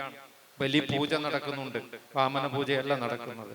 രാവണീശ്വരം പോലുള്ള സ്ഥലങ്ങൾ ഇപ്പോഴും അവിടെയുണ്ട്. പൂരക്കളി പോലെയുള്ള അനുഷ്ഠാനങ്ങളുടെ കൂടെ വരുന്ന മറുത്ത് കളിയിൽ നാം കാണുന്നത് ഉന്നത കുലജാതക്ക് മാത്രം കൈകാര്യം ചെയ്ത വിഷയങ്ങളും സംസ്കൃതവും ഒക്കെ കീഴാള ജാതിക്കാരെടുത്തിട്ട് അപനിർമ്മിക്കുന്നതിന്റെ, ഡീകൺസ്ട്രക്ട് ചെയ്യുന്നതിന്റെ അത്ഭുതകരമായിട്ടുള്ള സംഗതികൾ ഈ പൂരക്കളിയിൽ കാണാം. ഇതൊക്കെ നിഷേധിക്കപ്പെട്ട ഒരു കാലത്ത്, എഴുത്തും വായനയും ഒക്കെ പാടില്ല എന്ന് പറഞ്ഞിരുന്ന കാലത്താണ് തോട്ടുംകരപ്പൊതിയെ പോലെയുള്ള തെയ്യങ്ങൾ ഉണ്ടാവുന്നത്. അത്ഭുതകരമായ ഒരു ബദൽ ചരിത്രം, പ്രതിരോധത്തിന്റെ ഒരു ബദൽ ചരിത്രം ഉത്തര കേരളത്തിലുണ്ട്. അത് വേണ്ട പോലെ കണ്ടെടുക്കപ്പെട്ടിട്ടില്ല എന്ന് നമുക്കറിയാം. അത് കണ്ടെടുക്കാനുള്ള ഒരു ശ്രമം കൂടിയാണ് അലോഹലൻ എന്ന നോവലിലൂടെ ചെയ്യുന്നത്. അതോടൊപ്പം നേരത്തെ പറഞ്ഞ നോവലിലും അലോഹലൻ എന്ന നോവലിലും ഒക്കെ സ്ത്രീ, ദളിത്, പരിസ്ഥിതി, അതുപോലെ ചരിത്രം, ഇതൊക്കെ വീണ്ടെടുക്കാനുള്ള, പ്രതിരോധ പ്രബുദ്ധതയോടുകൂടി വീണ്ടെടുക്കാനുള്ള ശ്രമങ്ങളാണ് ഈ കൃതികളിലൊക്കെ ഉള്ളത് എന്ന് പറയാം. അങ്ങനെ എഴുത്ത് എന്ന് പറയുന്നത് ഒരു സമരപ്രവർത്തനം എന്നുള്ള നിലയിൽ തന്നെ മുന്നോട്ട് കൊണ്ടുപോകുക എന്നുള്ളൊരു ലക്ഷ്യത്തോടു കൂടി തന്നെയാണ് എൻ്റെ എഴുത്ത്. അതൊരു വ്യത്യസ്തമായ രീതി ആയിരിക്കാം. എപ്പോഴും പരിസ്ഥിതി എഴുതിക്കൊണ്ടേയിരിക്കുക എന്നുള്ളത്, ഒരു യാത്രാ വിവരണം എഴുതുമ്പോൾ ജപ്പാനെ കുറിച്ചുള്ള യാത്രാ വിവരണം പരിസ്ഥിതി യാത്രാ വിവരണമാണ്. ഇപ്പോഴും ഒരു ആത്മകഥനം പോലെ കഴിഞ്ഞ മാസം ഇറക്കിയിട്ടുള്ള, മനോരമ ബുക്സ് ഇറക്കിയിട്ടുള്ള നിങ്ങൾക്കുള്ള പൊക്കിൾ എന്ന് പറയുന്ന പുസ്തകം, അത് പരിസ്ഥിതി മാത്രം വരുന്നൊരു പുസ്തകമാണ്, ആത്മകഥനമാണെങ്കിലും. അപ്പൊ എഴുതുമ്പോൾ എപ്പോഴും പരിസ്ഥിതി ആവുന്നത് നമ്മുടെ ഉള്ളിൽ, അത് എപ്പോഴും നിൽക്കുന്നത് കൊണ്ടും നമ്മുടെ ഭാവിയെ കുറിച്ചുള്ള ചിന്തകൾ എപ്പോഴും നമ്മുടെ ഉള്ളിൽ ഉള്ളത് കൊണ്ട് മാത്രമാണ്. മനുഷ്യൻ എന്ന് പറയുന്ന ഒരു പ്രത്യേക സ്പീഷീസ് ഒന്നും അല്ല. മനുഷ്യൻ മറ്റു ജീവജാലങ്ങളുടെ കൂടെയുള്ള, പ്രത്യേകിച്ച് പ്രാധാന്യമൊന്നും ഇല്ലാത്ത ഒരു ജീവിവർഗം മാത്രമാണ്. മറ്റു ജീവജാലങ്ങൾ നിലനിൽക്കുന്നുണ്ടെങ്കിൽ മാത്രം നിലനിൽക്കാൻ ശക്തിയുള്ള ഒരു ജീവിവർഗം മാത്രമാണ് മനുഷ്യൻ. മനുഷ്യന് അത്ര പ്രാധാന്യം കൽപ്പിക്കേണ്ടതില്ല. കേന്ദ്രത്തിൽ, പ്രകൃതിയുടെ കേന്ദ്രത്തിൽ മനുഷ്യനെ പ്രതിഷ്ഠിക്കേണ്ടതില്ല എന്ന് വിശ്വസിക്കുന്ന രചനകളാണ് അലോഹലനടക്കമുള്ള എല്ലാ രചനകളും. ജിസൽ ടീച്ചറോട് ചോദിക്കാനുള്ളത്, ജനപ്രിയ ആഖ്യാനം എന്ന് പറയുന്ന ഒരു രീതി ഒരു കാലത്ത് ഒരു പക്ഷേ നമ്മൾ മാറ്റി നിർത്തിയിരുന്ന ഒരു ഭാവുകത്വം വളരെ ശക്തമായിട്ട് ചേർത്ത് പിടിക്കുന്ന ഒരു രീതി പുതിയ എഴുത്തിൽ കാണുന്നുണ്ട്. അത്തരത്തിലുള്ള രചനകൾ, കൃതികൾ ധാരാളമായിട്ട് ഉണ്ടാവുകയും ഒരു പക്ഷേ പ്രമുഖമായ കൃതികളുടെ തന്നെ ആഖ്യാന സമ്പ്രദായം അതിനോട് സമരസപ്പെട്ടു പോവുകയും ചെയ്യുന്ന ഒരവസ്ഥ കാണാറുണ്ട്. ഇത് ഈ ഒരു ഡിജിറ്റൽ ഭാവുകത്വം എന്ന് പറഞ്ഞ് മറുഭാഗത്ത് രൂപപ്പെട്ടു വരുന്ന സാങ്കേതിക വിദ്യയുടെ ഒരു അതിപ്രസരത്തോട്, അതിനെ വെല്ലുവിളിക്കുന്നതിന്റെ ഭാഗം, അല്ലെ അതിനോട് അതിജീവിക്കാൻ വേണ്ടിയുള്ള ബോധപൂർവമായ ശ്രമമായിട്ട് വരുന്നതാണോ എന്നുള്ളതാണ് ഒരു ചോദ്യം എന്ന് പറയുന്നത്. ജനപ്രിയത ഒരു കുറ്റമായിട്ട് എനിക്ക് തോന്നുന്നില്ല, അതൊരു കുറവായിട്ടും തോന്നുന്നില്ല. തീർച്ചയായിട്ടും എല്ലാ പുസ്തകങ്ങളും നമ്മൾ എഴുതുന്നത് ആളുകൾ വായിക്കണം, കൂടുതൽ ആളുകൾ വായിക്കണം എന്നുള്ള ഇതുകൊണ്ട് തന്നെയാണ്, ആഗ്രഹത്തോടെയാണ്. പക്ഷെ എനിക്ക് തോന്നുന്നു പുതിയ കാലത്ത് മത്സരം എന്ന് പറയുന്നത് വളരെ കൂടുതലാണ്. അപ്പൊ ഏതൊക്കെ രീതിയിൽ നമ്മുടെ പുസ്തകം വായിക്കപ്പെടും, ഏതൊക്കെ രീതിയിൽ നമ്മുടെ പുസ്തകം ശ്രദ്ധിക്കപ്പെടും എന്നുള്ളത് വലിയൊരു ടാസ്ക് ആയിട്ട് മാറുന്നുണ്ട് എഴുത്തുകാർക്ക്. ഇപ്പൊ ഞാൻ വിചാരിക്കും, ഞാൻ 25 വർഷം ഒന്നും എഴുതാതിരുന്നു. 20 വയസ്സ് മുതൽ 45 വയസ്സ് വരെ ഒന്നും എഴുതാതിരുന്നു. പിന്നെയാണ് എഴുതാൻ തുടങ്ങിയത്. അപ്പോഴേക്കും കാലവും ലോകവും ഒക്കെ ഒരുപാട് മാറി. അപ്പൊ പണ്ടാണെങ്കിൽ എനിക്ക് തോന്നുന്നു നിങ്ങളൊക്കെ എഴുതി തുടങ്ങിയ കാലത്ത് നല്ലതായാൽ മാത്രം മതിയായിരുന്നു. അല്ലെങ്കിൽ നല്ല മാതൃഭൂമിയിലോ അല്ലെങ്കിൽ ആ രീതിയിൽ അവിടെ വരിക, DC പോലത്തെ അന്നത്തെ പബ്ലിഷേഴ്സ് പ്രസിദ്ധീകരിക്കുക, അപ്പൊ തന്നെ പുസ്തകം ശ്രദ്ധിക്കപ്പെടും. പക്ഷെ ഇപ്പൊ അതൊന്നും പോരാ. അപ്പൊ ഞാൻ വിചാരിക്കാറുണ്ട്, പലപ്പോഴും എഴുതുമ്പോഴും ഇതേ ഒരു ടെൻഷൻ നമുക്ക് ഉണ്ടാവാറുണ്ട്. ഇതൊക്കെ ആര് വായിക്കാനാണ്, ആർക്ക് വേണ്ടിയാണ് എഴുതുന്നത്, എവിടെയെങ്കിലും എത്തുമോ, ആരെങ്കിലും വായിക്കുമോ? നമ്മൾ വളരെ ശ്രദ്ധിച്ച് സൂക്ഷ്മതയോടെയൊക്കെ എഴുതുന്ന ചില രാഷ്ട്രീയമുണ്ട്, ഒളിപ്പിച്ച് വെച്ചിട്ടൊക്കെ പറയുന്ന ചില കാര്യങ്ങളുണ്ട്. അതൊന്നും ഒരിക്കലും തിരിച്ചറിയപ്പെടുന്നില്ല. പണ്ട് അങ്ങനെയല്ല എന്ന് എനിക്ക് തോന്നാറുണ്ട്. ഓരോ കൃതിയും ഇഴകീറി തന്നെ വായിക്കപ്പെടാറുണ്ടായിരുന്നു, അതിനെക്കുറിച്ച് പഠനങ്ങൾ വരാറുണ്ടായിരുന്നു. ഇപ്പൊ നിരൂപണം എന്ന് പറയുന്ന സാധനം തന്നെ ഇല്ല എന്നാണ് മനസ്സിലാവുന്നത്. നമുക്കിപ്പം പ്രശംസകൾ മാത്രമാണ്. എന്നുവെച്ചാൽ നല്ല ഒരുപാട് എന്താ പറയാ, സാഹിത്യ ബാഹ്യമായിട്ടുള്ള ഒരുപാട് കാര്യങ്ങളാണ് ഇപ്പൊ കൃതിയുടെ മൂല്യം നിർണ്ണയിക്കുന്നത്. അതിൽ പ്രധാനപ്പെട്ട ഒന്ന് വിൽപ്പനയാണ്. അപ്പൊ ആ വിൽപ്പന ഇപ്പൊ ഈ അടുത്ത ദിവസവും പബ്ലിഷേഴ്സ് തന്നെ അവരുടെ 25,000 കോപ്പി പ്രീ ബുക്കിംഗ് ആയി പോയി എന്ന് പറഞ്ഞ് അത് ആഘോഷിക്കുന്നു, കേക്കൊക്കെ മുറിച്ച് ആഘോഷിക്കുന്നുണ്ട്. പുസ്തകം ഇറങ്ങിയിട്ടില്ല, അതിന് മുൻപ് തന്നെ 25,000 കോപ്പി വിറ്റുപോയിരിക്കുന്നു. അപ്പൊ നമ്മളെ പോലത്തെ ആളുകള്, നമ്മളുടേത് പ്രീ ബുക്കിംഗ് ഇല്ല, ഇത് വന്നു കഴിഞ്ഞിട്ട് ആരെങ്കിലും വായിച്ച മൗത്ത് പബ്ലിസിറ്റി എന്നൊക്കെ പറയണ പോലെയാണ് ഇത് മുമ്പോട്ട് പോണത്. അതുപോലെ റീൽസ്, സ്റ്റുഡൻസിന്റെ അടുത്ത്, കോളേജ് സ്റ്റുഡൻസിന്റെ അടുത്തൊക്കെ റീൽസും അങ്ങനെയുള്ള കാര്യങ്ങളാണ് അവരെ ആകർഷിക്കുന്നത്. അപ്പോൾ ഇങ്ങനെയുള്ള ഒരുപാട് കാര്യങ്ങളോട് മത്സരിച്ചിട്ട് വേണം ഒരു പുസ്തകത്തിന് നിലനിൽക്കുക എന്നുള്ളത് വലിയ പ്രശ്നമാണ്. അപ്പോൾ സ്വാഭാവികമായിട്ടും അതിനെ എങ്ങനെ കൂടുതൽ ആകർഷകമാക്കാം എന്നുള്ള ഇതിനെക്കുറിച്ച് എഴുത്തുകാർ സീരിയസ് ആയിട്ട് തന്നെ സീരിയസ് ആയ എഴുത്തുകാർ സീരിയസ് ആയിട്ട് നിലനിൽക്കുമോ എന്നുള്ളത് കൂടിയാണ് ചോദ്യം. അപ്പൊ നല്ലത് നിലനിൽക്കും എന്ന് നമുക്ക് നല്ലതെന്ന് അങ്ങനെ ആ ഒരു ഇതിൽ പറയുന്നതല്ല. പക്ഷേ എപ്പോഴും പല പുസ്തകങ്ങളെ കുറിച്ച്, ലോഹലൻ എന്നുള്ള പുസ്തകം വന്നപ്പോൾ ഞാൻ മാഷോട് പറഞ്ഞിരുന്നു, അത് കൂടുതൽ ചർച്ച ചെയ്യപ്പെടേണ്ട ഗൗരവമുള്ള ഒരു പുസ്തകമായിരുന്നു. ഒരു ചരിത്രത്തിന്റെ ഒരു നിർമ്മിതിയാണ് ശരിക്കും. കാലത്തെ ചരിത്രത്തെ, കഥകളെ, പതിഞ്ഞ കഥകളെ, അതിന് നമ്മൾ വേറെ ആംഗിളിലൂടെ നോക്കുകയാണ്, വേറെ ചില സത്യങ്ങൾ കണ്ടെടുക്കുകയാണ്. അപ്പോൾ പക്ഷെ അത്തരം പുസ്തകങ്ങൾ അത് അർഹിക്കുന്ന ഒരു വായന അതിന് കിട്ടുന്നുണ്ടോ ഉള്ളത് വലിയ സംശയമാണ്. ആളുകളുടെ വായനാശീലം കുറയുന്നു. പുസ്തകം വാങ്ങുന്നുണ്ട് എല്ലാവരും, പക്ഷെ വായിക്കുന്നില്ല എന്നുള്ള രീതിയിലാണ് നമുക്ക് പലപ്പോഴും അഭിപ്രായങ്ങളൊക്കെ കിട്ടുമ്പം തോന്നുന്നത്. അപ്പോൾ ഇപ്പോഴത്തെ എഴുത്തുകാരുടെ നിലനിൽപ്പ് വലിയൊരു പ്രതിസന്ധിയിലാണ്. അപ്പോൾ ജനപ്രിയതയുടെ ഘടകങ്ങൾ അതിൽ ചേർത്ത് പോകുന്നത് അവരുടെ കുറ്റമല്ല, പലപ്പോഴും ചിലപ്പോഴൊക്കെ പബ്ലിഷേഴ്സിന്റെ നിർബന്ധമാവാം, ചിലപ്പോൾ ജനങ്ങൾക്ക് ഇതാണ് വേണ്ടത് എന്നുള്ളതുകൊണ്ടാവാം പലപ്പോഴും വളരെ ഹിറ്റായിട്ടുള്ള, വളരെയധികം കോപ്പികളൊക്കെ വിറ്റുപോയിട്ടുള്ള പുസ്തകങ്ങൾ അവര് ആ പാറ്റേൺ തന്നെ ആവർത്തിക്കുന്നത് അതുകൊണ്ടായിരിക്കും. അങ്ങനെ നിലനിൽക്കാം, അങ്ങനെ എനിക്ക് തോന്നാറുണ്ട് വലിയ എഴുത്തുകാർക്ക്, വലുത് മീൻസ് കൂടുതൽ വിറ്റുപോയ പുസ്തകങ്ങൾ എഴുതിയ എഴുത്തുകാർക്ക് വലിയ അവരനുഭവിക്കുന്ന സംഘർഷവും സമ്മർദ്ദവും ഒക്കെ എന്തായിരിക്കും ഞാൻ ആലോചിക്കാറുണ്ട്. പലപ്പോഴും അടുത്ത പുസ്തകവും ഇതുപോലെ ഹിറ്റായിട്ടില്ലെങ്കിൽ അവർ മാഞ്ഞു പോകും. അപ്പോൾ എഴുത്ത് ലോകം എന്ന് പറയുന്നത്, മുമ്പ് വായിക്കുക, നല്ല പുസ്തകങ്ങൾ വായിക്കുക, നല്ല പുസ്തകങ്ങൾ എഴുതുക എന്നൊക്കെ പറയുന്ന രീതിയിൽ ലളിതമായിട്ട് പോയിരുന്ന കാര്യങ്ങൾ ഇപ്പോൾ പുസ്തകം എഴുതുക എന്ന് മാത്രമല്ല, പുസ്തകം പ്രചരിപ്പിക്കുക, പുസ്തകം ആളുകളിലേക്ക് എത്തിക്കുക. എൻ്റെ പുസ്തകം വായിക്കുമോ എന്ന് ചോദിച്ച് നമുക്കിപ്പം ഒരുപാട് എഴുത്തുകാർ ഇങ്ങനെ വന്ന് ചോദിക്കാറുണ്ട്, പുസ്തകം വായിക്കുമോ, അതിനെക്കുറിച്ച് 2 വരി എഴുതുമോ, പുസ്തകം അയച്ചു തരട്ടെ എന്നൊക്കെ ചോദിച്ചു. പണ്ട് അങ്ങനെ നിങ്ങൾ ആരും അങ്ങനെയൊന്നും ചെയ്തിട്ടുണ്ടാവില്ല. പക്ഷെ ഇപ്പൊ അതും ചെയ്യേണ്ടി വരുന്ന ഒരു കാലമാണ്. അപ്പം മറ്റുള്ള നിരൂപണം ഇല്ലാതായത് ഒരു വലിയ പ്രശ്നമായിരിക്കുമെന്ന് എനിക്ക് അറിയില്ല. നിരൂപകന്മാര് പലപ്പോഴും സൗഹൃദവും വ്യക്തിപരമായിട്ടുള്ള താല്പര്യങ്ങളൊക്കെ മുൻനിർത്തിയിട്ടാണ് പലപ്പോഴും പുസ്തകത്തെക്കുറിച്ച് അഭിപ്രായം പറയുന്നത്. ഒരു പുസ്തകത്തെക്കുറിച്ച് നെഗറ്റീവായിട്ട്, മോശമായിട്ട് പറഞ്ഞ ആള് തന്നെ അതേ പ്രവണത പിന്തുടരുന്ന മറ്റൊരു പുസ്തകത്തെ വാനോളം പുകഴ്ത്തുന്നത് നമ്മൾ കേൾക്കുന്നു. പരസ്യമായിട്ട് തന്നെ അതൊക്കെ പറയാൻ ചെയ്യാൻ അവർക്ക് മടിയില്ല.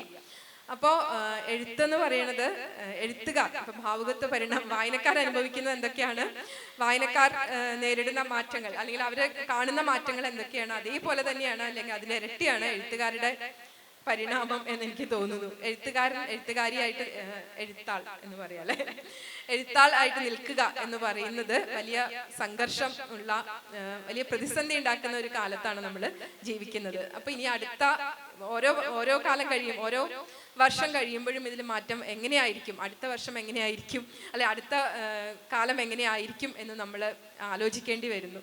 എനിക്ക് ആൻറ്റി ക്ലോക്കിലെ ഒരു വാചകം ഞാൻ എപ്പോഴും ഓർക്കുന്നതാണ്. സമയം തെറ്റുന്നത് സമയത്തിൻ്റെ കുഴപ്പമല്ല, ക്ലോക്കിൻ്റെ കുഴപ്പമാണെന്ന് പറയണ പോലെ വായനയിലെ ഈ മാറ്റങ്ങൾ ആരുടെ കുഴപ്പമാണ്? എഴുത്തുകാരുടെ കുഴപ്പമാണോ, പബ്ലിഷേഴ്സിൻ്റെ കുഴപ്പമാണോ, വായനക്കാരുടെ കുഴപ്പമാണോ എന്നൊക്കെ ഉള്ളത് വലിയൊരു നമ്മൾ ചർച്ച ചെയ്യേണ്ട കാര്യമാണ്. ഗൗരവമുള്ള വായന, ഗൗരവമുള്ള പുസ്തകങ്ങളൊക്കെ നിലനിൽക്കേണ്ടത് നമ്മളുടെ കാലത്തിൻ്റെ ആവശ്യമാണ്. അത് നമ്മുടെ അടുത്ത തലമുറയോട് ചെയ്യേണ്ട ഒരു നീതിയും കൂടിയാണ്. അപ്പോൾ ആ രീതിയിൽ വായനയെയും എഴുത്തിനെയെന്ന് ഞാൻ പറയുന്നില്ല, വായനയെ ആ രീതിയിൽ നമ്മൾ സെലക്റ്റീവ് ആവുക. നല്ല പുസ്തകങ്ങൾ, നല്ലതെന്നുള്ളത് ഞാനൊരു ഇതിലിട്ടിട്ട് പറയാണ്, നല്ലത് വായിക്കുക, നല്ലതിനെ ആഘോഷിക്കുക എന്നൊക്കെ പറയുന്നത് വളരെ പ്രധാനപ്പെട്ട ഒരു വളരെ പ്രാധാന്യം അർഹിക്കുന്ന ഒന്നായിട്ട് മാറുന്നുണ്ട്. ആ ഒരു തിരിച്ചറിവ് വായനക്കാരുടെ ഭാഗത്തു നിന്നുണ്ടാവണം. എഴുത്തുകാരും ഇതുപോലെ മാർക്കറ്റിന് വേണ്ടി എഴുതുക, മാർക്കറ്റിന് വേണ്ടി പുസ്തകം പ്രചരിപ്പിക്കുക എന്നുള്ള രീതിയിൽ നിന്ന് മാറേണ്ടതുണ്ടെന്നാണ് എനിക്ക് തോന്നുന്നത്. ഈ പ്രോഗ്രാമിന് വരുന്ന സമയത്ത് 3 പേരും എന്നോട് വ്യക്തിപരമായിട്ട് ആവശ്യപ്പെട്ട ഒരു കാര്യം എന്ന് പറയുന്നത് കൂടുതൽ സമയം പ്രേക്ഷകർക്ക് കൊടുക്കണം എന്നുള്ളതാണ്. കുട്ടികൾ ഇപ്പോൾ പറയുന്നു അറിയാനുള്ള താല്പര്യമുണ്ടെന്നാണ് അവർ പറഞ്ഞത്. നമുക്ക് അതിനുള്ള സമയമാണ്. ഞങ്ങൾ ഉദ്ദേശിച്ച സെഷൻ കൃത്യസമയത്ത് വൈൻഡപ്പ് ചെയ്തിട്ടുണ്ട്. ഇനി 15 മിനിറ്റോളം സമയമുണ്ട് നിങ്ങളുടെ ചോദ്യങ്ങൾക്ക്, ഇന്ററാക്ഷൻസിനുള്ള സമയമാണ്. അതാണ് ഒരു പക്ഷേ ഈ സെഷന്റെ ഏറ്റവും പ്രധാനപ്പെട്ട വശം എന്ന് പറയുന്നത്. അപ്പോൾ എത്രയും പെട്ടെന്ന് നിങ്ങളുടെ സംശയങ്ങൾ, ചോദ്യങ്ങൾ, അഭിപ്രായങ്ങളൊക്കെ രേഖപ്പെടുത്തും.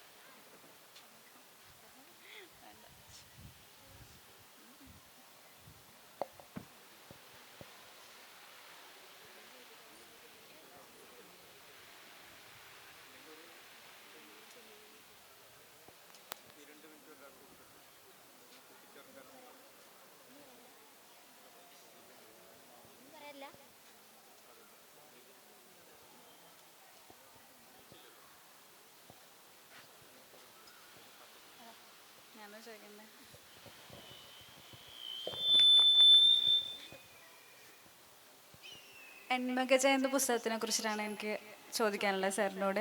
അതിൻ്റെ ക്ലൈമാക്സ് എന്തുകൊണ്ട് അങ്ങനെ കൊടുത്തു എന്നുള്ള ഒരു സംശയം ഉണ്ടായിരുന്നു എനിക്ക്. എൻമകജയുടെ അവസാനം സ്ത്രീയും പുരുഷനും ഗുഹയുടെ അകത്തേക്ക് കയറാൻ ശ്രമിക്കുമ്പോൾ ഗുഹ പറയുന്നു, അരയിൽ ചുറ്റിയ ജീർണത വലിച്ചെറിയൂ, എന്നിട്ട് മാത്രം അകത്തേക്ക്.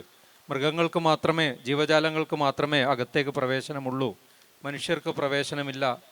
വേണമെങ്കിൽ നിങ്ങൾക്ക് അരയിലെ ജീർണത, ആ വസ്ത്രം വലിച്ചെറിഞ്ഞിട്ട് അകത്തേക്ക് വരാം എന്ന് പറയുമ്പോൾ അകത്തേക്ക് ചെല്ലുമ്പോൾ ഗുഹയുടെ ഉള്ളിൻ്റെ ഉള്ളിൽ നിന്നും വരുന്നത് ഒരു കഴുതയാണ്.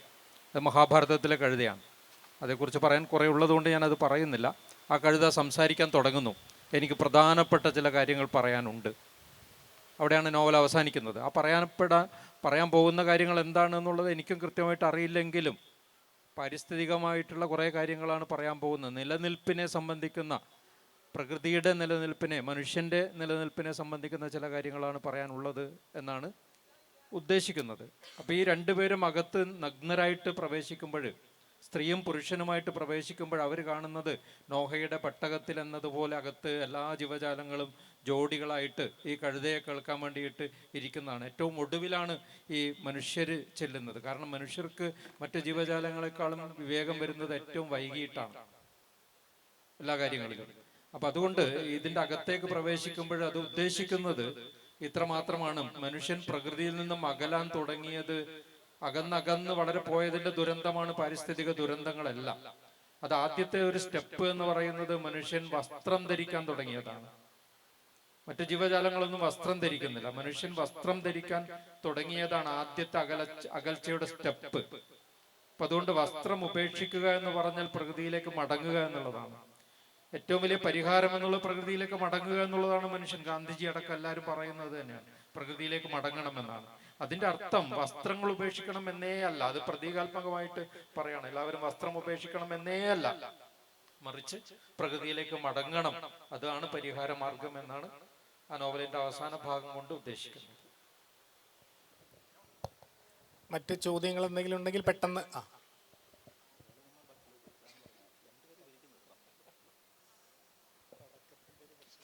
നമസ്കാരം. 3 പേരോടും കൂടിയിട്ടാണ് എൻ്റെ ചോദ്യം. 3 പേരുടെയും അഭിപ്രായം ഇതിനോട് എങ്ങനെയാണെന്ന് അറിഞ്ഞാൽ കൊള്ളാമെന്നുണ്ട്. ചോദ്യം ഇതാണ്: ഇന്ന് നമ്മുടെ എഴുത്തുകാർ ഫേസ് ചെയ്യുന്ന പ്രധാനപ്പെട്ട ഒരു പ്രശ്നമെന്നോ വെല്ലുവിളി എന്നൊക്കെ നമുക്ക് പറയാം ഈ പൊളിറ്റിക്കൽ കറക്റ്റ്നെസ് എന്ന് പറയുന്നത്. ഓരോ കാര്യം എഴുതുമ്പോഴും അത് സമൂഹത്തിലെ ഏതെങ്കിലും തരത്തിലുള്ള ന്യൂനപക്ഷക്കാരെ നെഗറ്റീവായിട്ടാണോ അതിൽ ആവിഷ്കരിക്കുന്നത് എന്നുള്ളൊരു പ്രശ്നം വരുന്നുണ്ട്. അപ്പോൾ ഈ ഭിന്നശേഷിക്കാരെ ഇപ്പോൾ വിജയ് സാറിന്റെ ഒരു കഥയിൽ കാഴ്ചാപരിമിതിയുള്ള ഒരു ക്യാരക്ടർ തന്നെ വരുന്നുണ്ട്. അപ്പൊ അത്തരത്തിലുള്ള കഥാപാത്രങ്ങളെ ആവിഷ്കരിക്കുമ്പോൾ യഥാർത്ഥത്തിൽ നമ്മൾ അതിന് പുറത്ത് നിന്നിട്ടാണ് അതിനെ നോക്കി കാണുന്നത്. അപ്പൊ അവരുടെ ഒരു അനുഭവ തലത്തെ, ഇപ്പൊ ഞാൻ കാഴ്ചാപരിമിതി ഉള്ള ഒരാളാണ്, അപ്പൊ എനിക്ക് എഴുതുമ്പോൾ എന്റെ പ്രശ്നം എന്താണെന്ന് കൃത്യമായിട്ട് അറിയാം. പക്ഷെ പുറത്തു നിന്ന് നോക്കുന്ന ഒരാൾക്ക് എത്രത്തോളം ആ ഒരു പ്രശ്നത്തെ, ഭിന്നശേഷിക്കാരായവരുടെ അവസ്ഥയെ പറയുമ്പോൾ അതെങ്ങനെയാണ് നിങ്ങൾ മനസ്സിലാക്കുന്നത്? അതിനെങ്ങനെയാണ് ആവിഷ്കരിക്കുമ്പോൾ വരുന്ന ആ ഒരു അവസ്ഥകൾ ആവിഷ്കരിക്കുമ്പോൾ വരുന്ന ബുദ്ധിമുട്ടുകൾ, അതിൽ നേരിടുന്ന വെല്ലുവിളികൾ എന്തൊക്കെയാണ്, അതിനെ മറികടക്കാൻ എങ്ങനെയാണ് ശ്രമിക്കുന്നത് എന്നൊക്കെ ഒന്ന് അറിഞ്ഞാൽ കൊള്ളാമെന്നുണ്ട്. 3 പേരുടെയും പ്രതികരണം ആഗ്രഹിക്കുന്നു. അത് വളരെ നല്ലൊരു ചോദ്യമാണ്. നമ്മൾ അടുത്ത കാലത്താണ് ഈ പൊളിറ്റിക്കൽ കറക്റ്റ്നെസ് എന്ന വാക്ക് കൂടുതലായിട്ട് കേൾക്കുവാനായിട്ട് തുടങ്ങിയത്.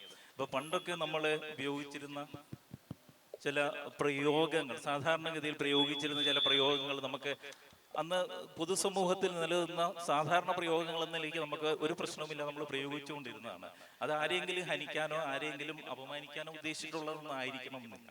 പക്ഷെ പുതിയ കാലത്തിലൊരു അവയർനെസ് നമുക്ക് അത് പുതിയ കാലത്ത് ഉയർന്നു വന്നിട്ടുള്ള ഈ പൊളിറ്റിക്കൽ കറക്റ്റ്നെസ് എന്ന് പറഞ്ഞാൽ അതിന്റെ അടിസ്ഥാനത്തിൽ നമുക്ക് തീർച്ചയായിട്ടും ഇപ്പോൾ ചിന്തിക്കേണ്ടിയിരിക്കും. നമ്മൾ ചിന്തിക്കാറുമുണ്ട് ഇപ്പോൾ എഴുതുമ്പോൾ. അതല്ലെങ്കിൽ പലപ്പോഴും ഞാൻ ഇപ്പോൾ ഒരു കൃതി എഴുതി കഴിഞ്ഞാൽ ഞാൻ നേരിട്ട് പ്രസിദ്ധീകരിക്കുന്നതിന് മുമ്പ് എനിക്ക് വളരെ അടുപ്പമുള്ള സാഹിത്യവുമായിട്ട് നല്ല അടുപ്പമുള്ള ആൾക്കാരിലൊക്കെ ഞാൻ ഇത് കൊടുക്കാറുണ്ട് വായിക്കും. അപ്പൊ അവർ അങ്ങനെ എനിക്ക് പെട്ടെന്ന് എൻ്റെ കണ്ണിൽ പെടാത്തത് പോലും വേറൊരാൾ കണ്ണിൽ പെടണം എന്നുള്ള ആഗ്രഹത്തോടു കൂടി അങ്ങനെ ചെയ്യാറുമുണ്ട്.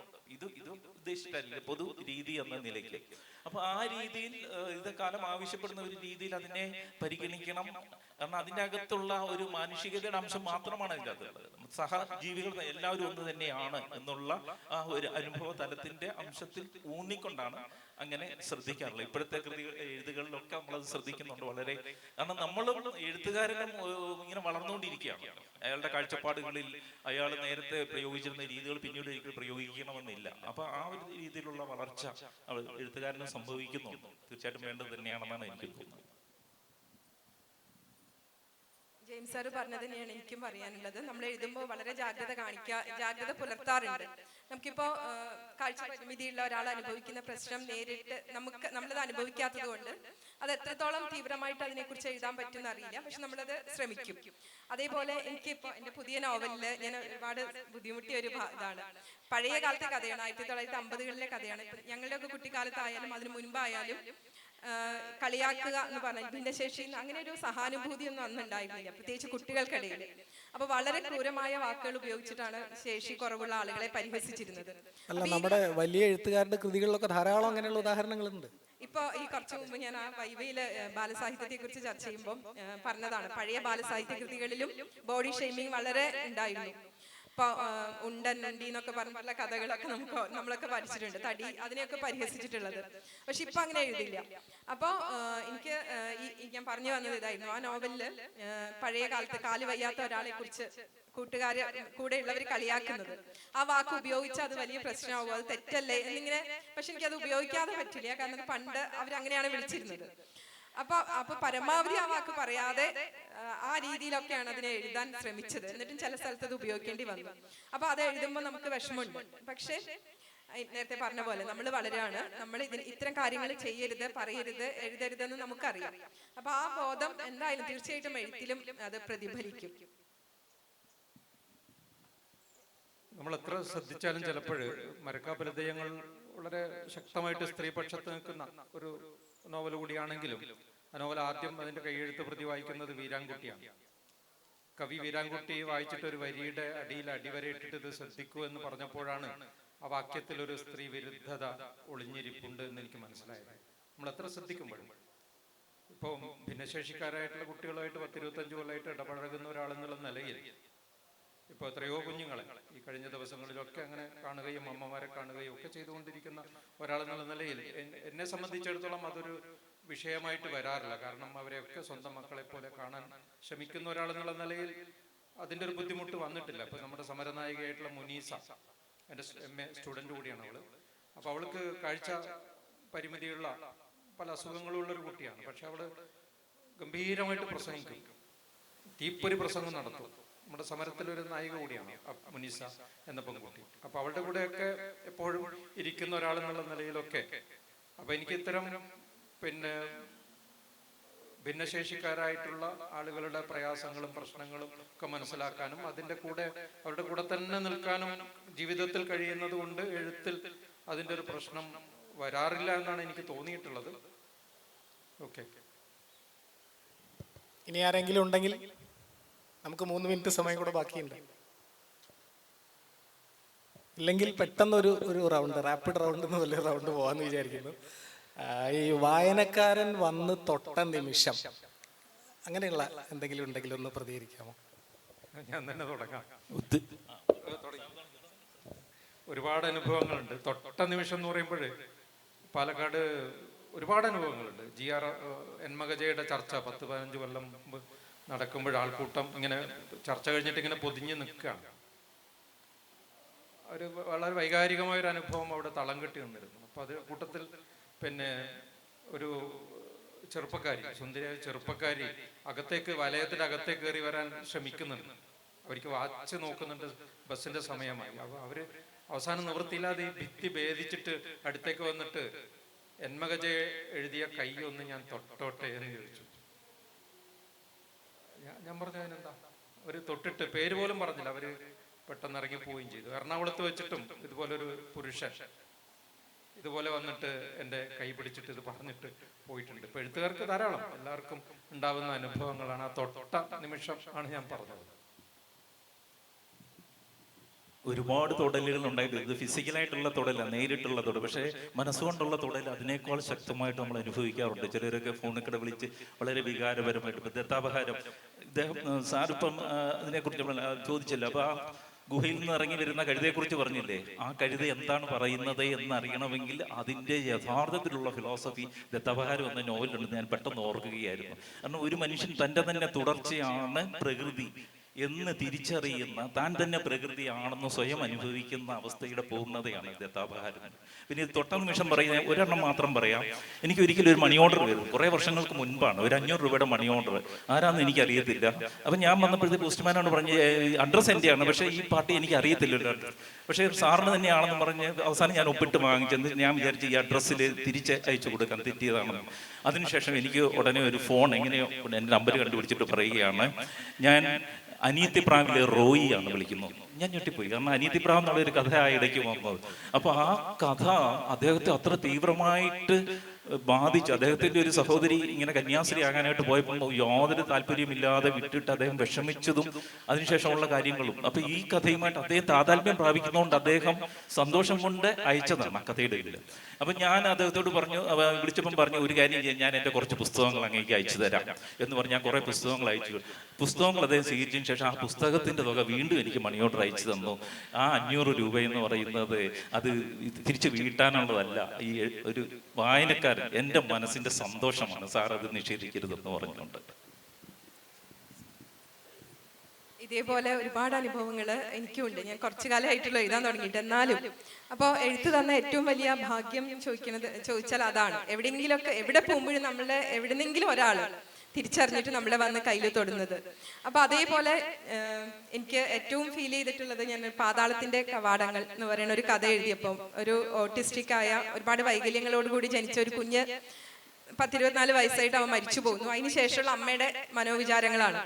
അപ്പൊ ആ കഥ എഴുതി കഴിഞ്ഞിട്ട് എത്രയോ ആൾക്കാർ എനിക്ക് ശരിക്കും ഭയങ്കരമായിട്ട് ഫോണിലായാലും മെസ്സേജ് ആയിട്ടും ഒക്കെ വന്ന് അത്തരം അതേ അവസ്ഥകളിലൂടെ കടന്നു പോകുന്ന അത്തരം കുഞ്ഞുങ്ങളുള്ള അമ്മമാര് വന്ന് സംസാരിച്ചത് എനിക്ക് എഴുത്ത് തന്ന ഏറ്റവും വലിയ വെച്ചാൽ നമ്മൾ എഴുതുമ്പോൾ അറിയുന്നില്ല ഇതൊരു കഥ മാത്രമാണ് നമ്മളെ സംബന്ധിച്ച്. ചില ഭാഗങ്ങളൊക്കെ വളരെ ഫീൽ ചെയ്ത് എഴുതുന്നതായിരിക്കും.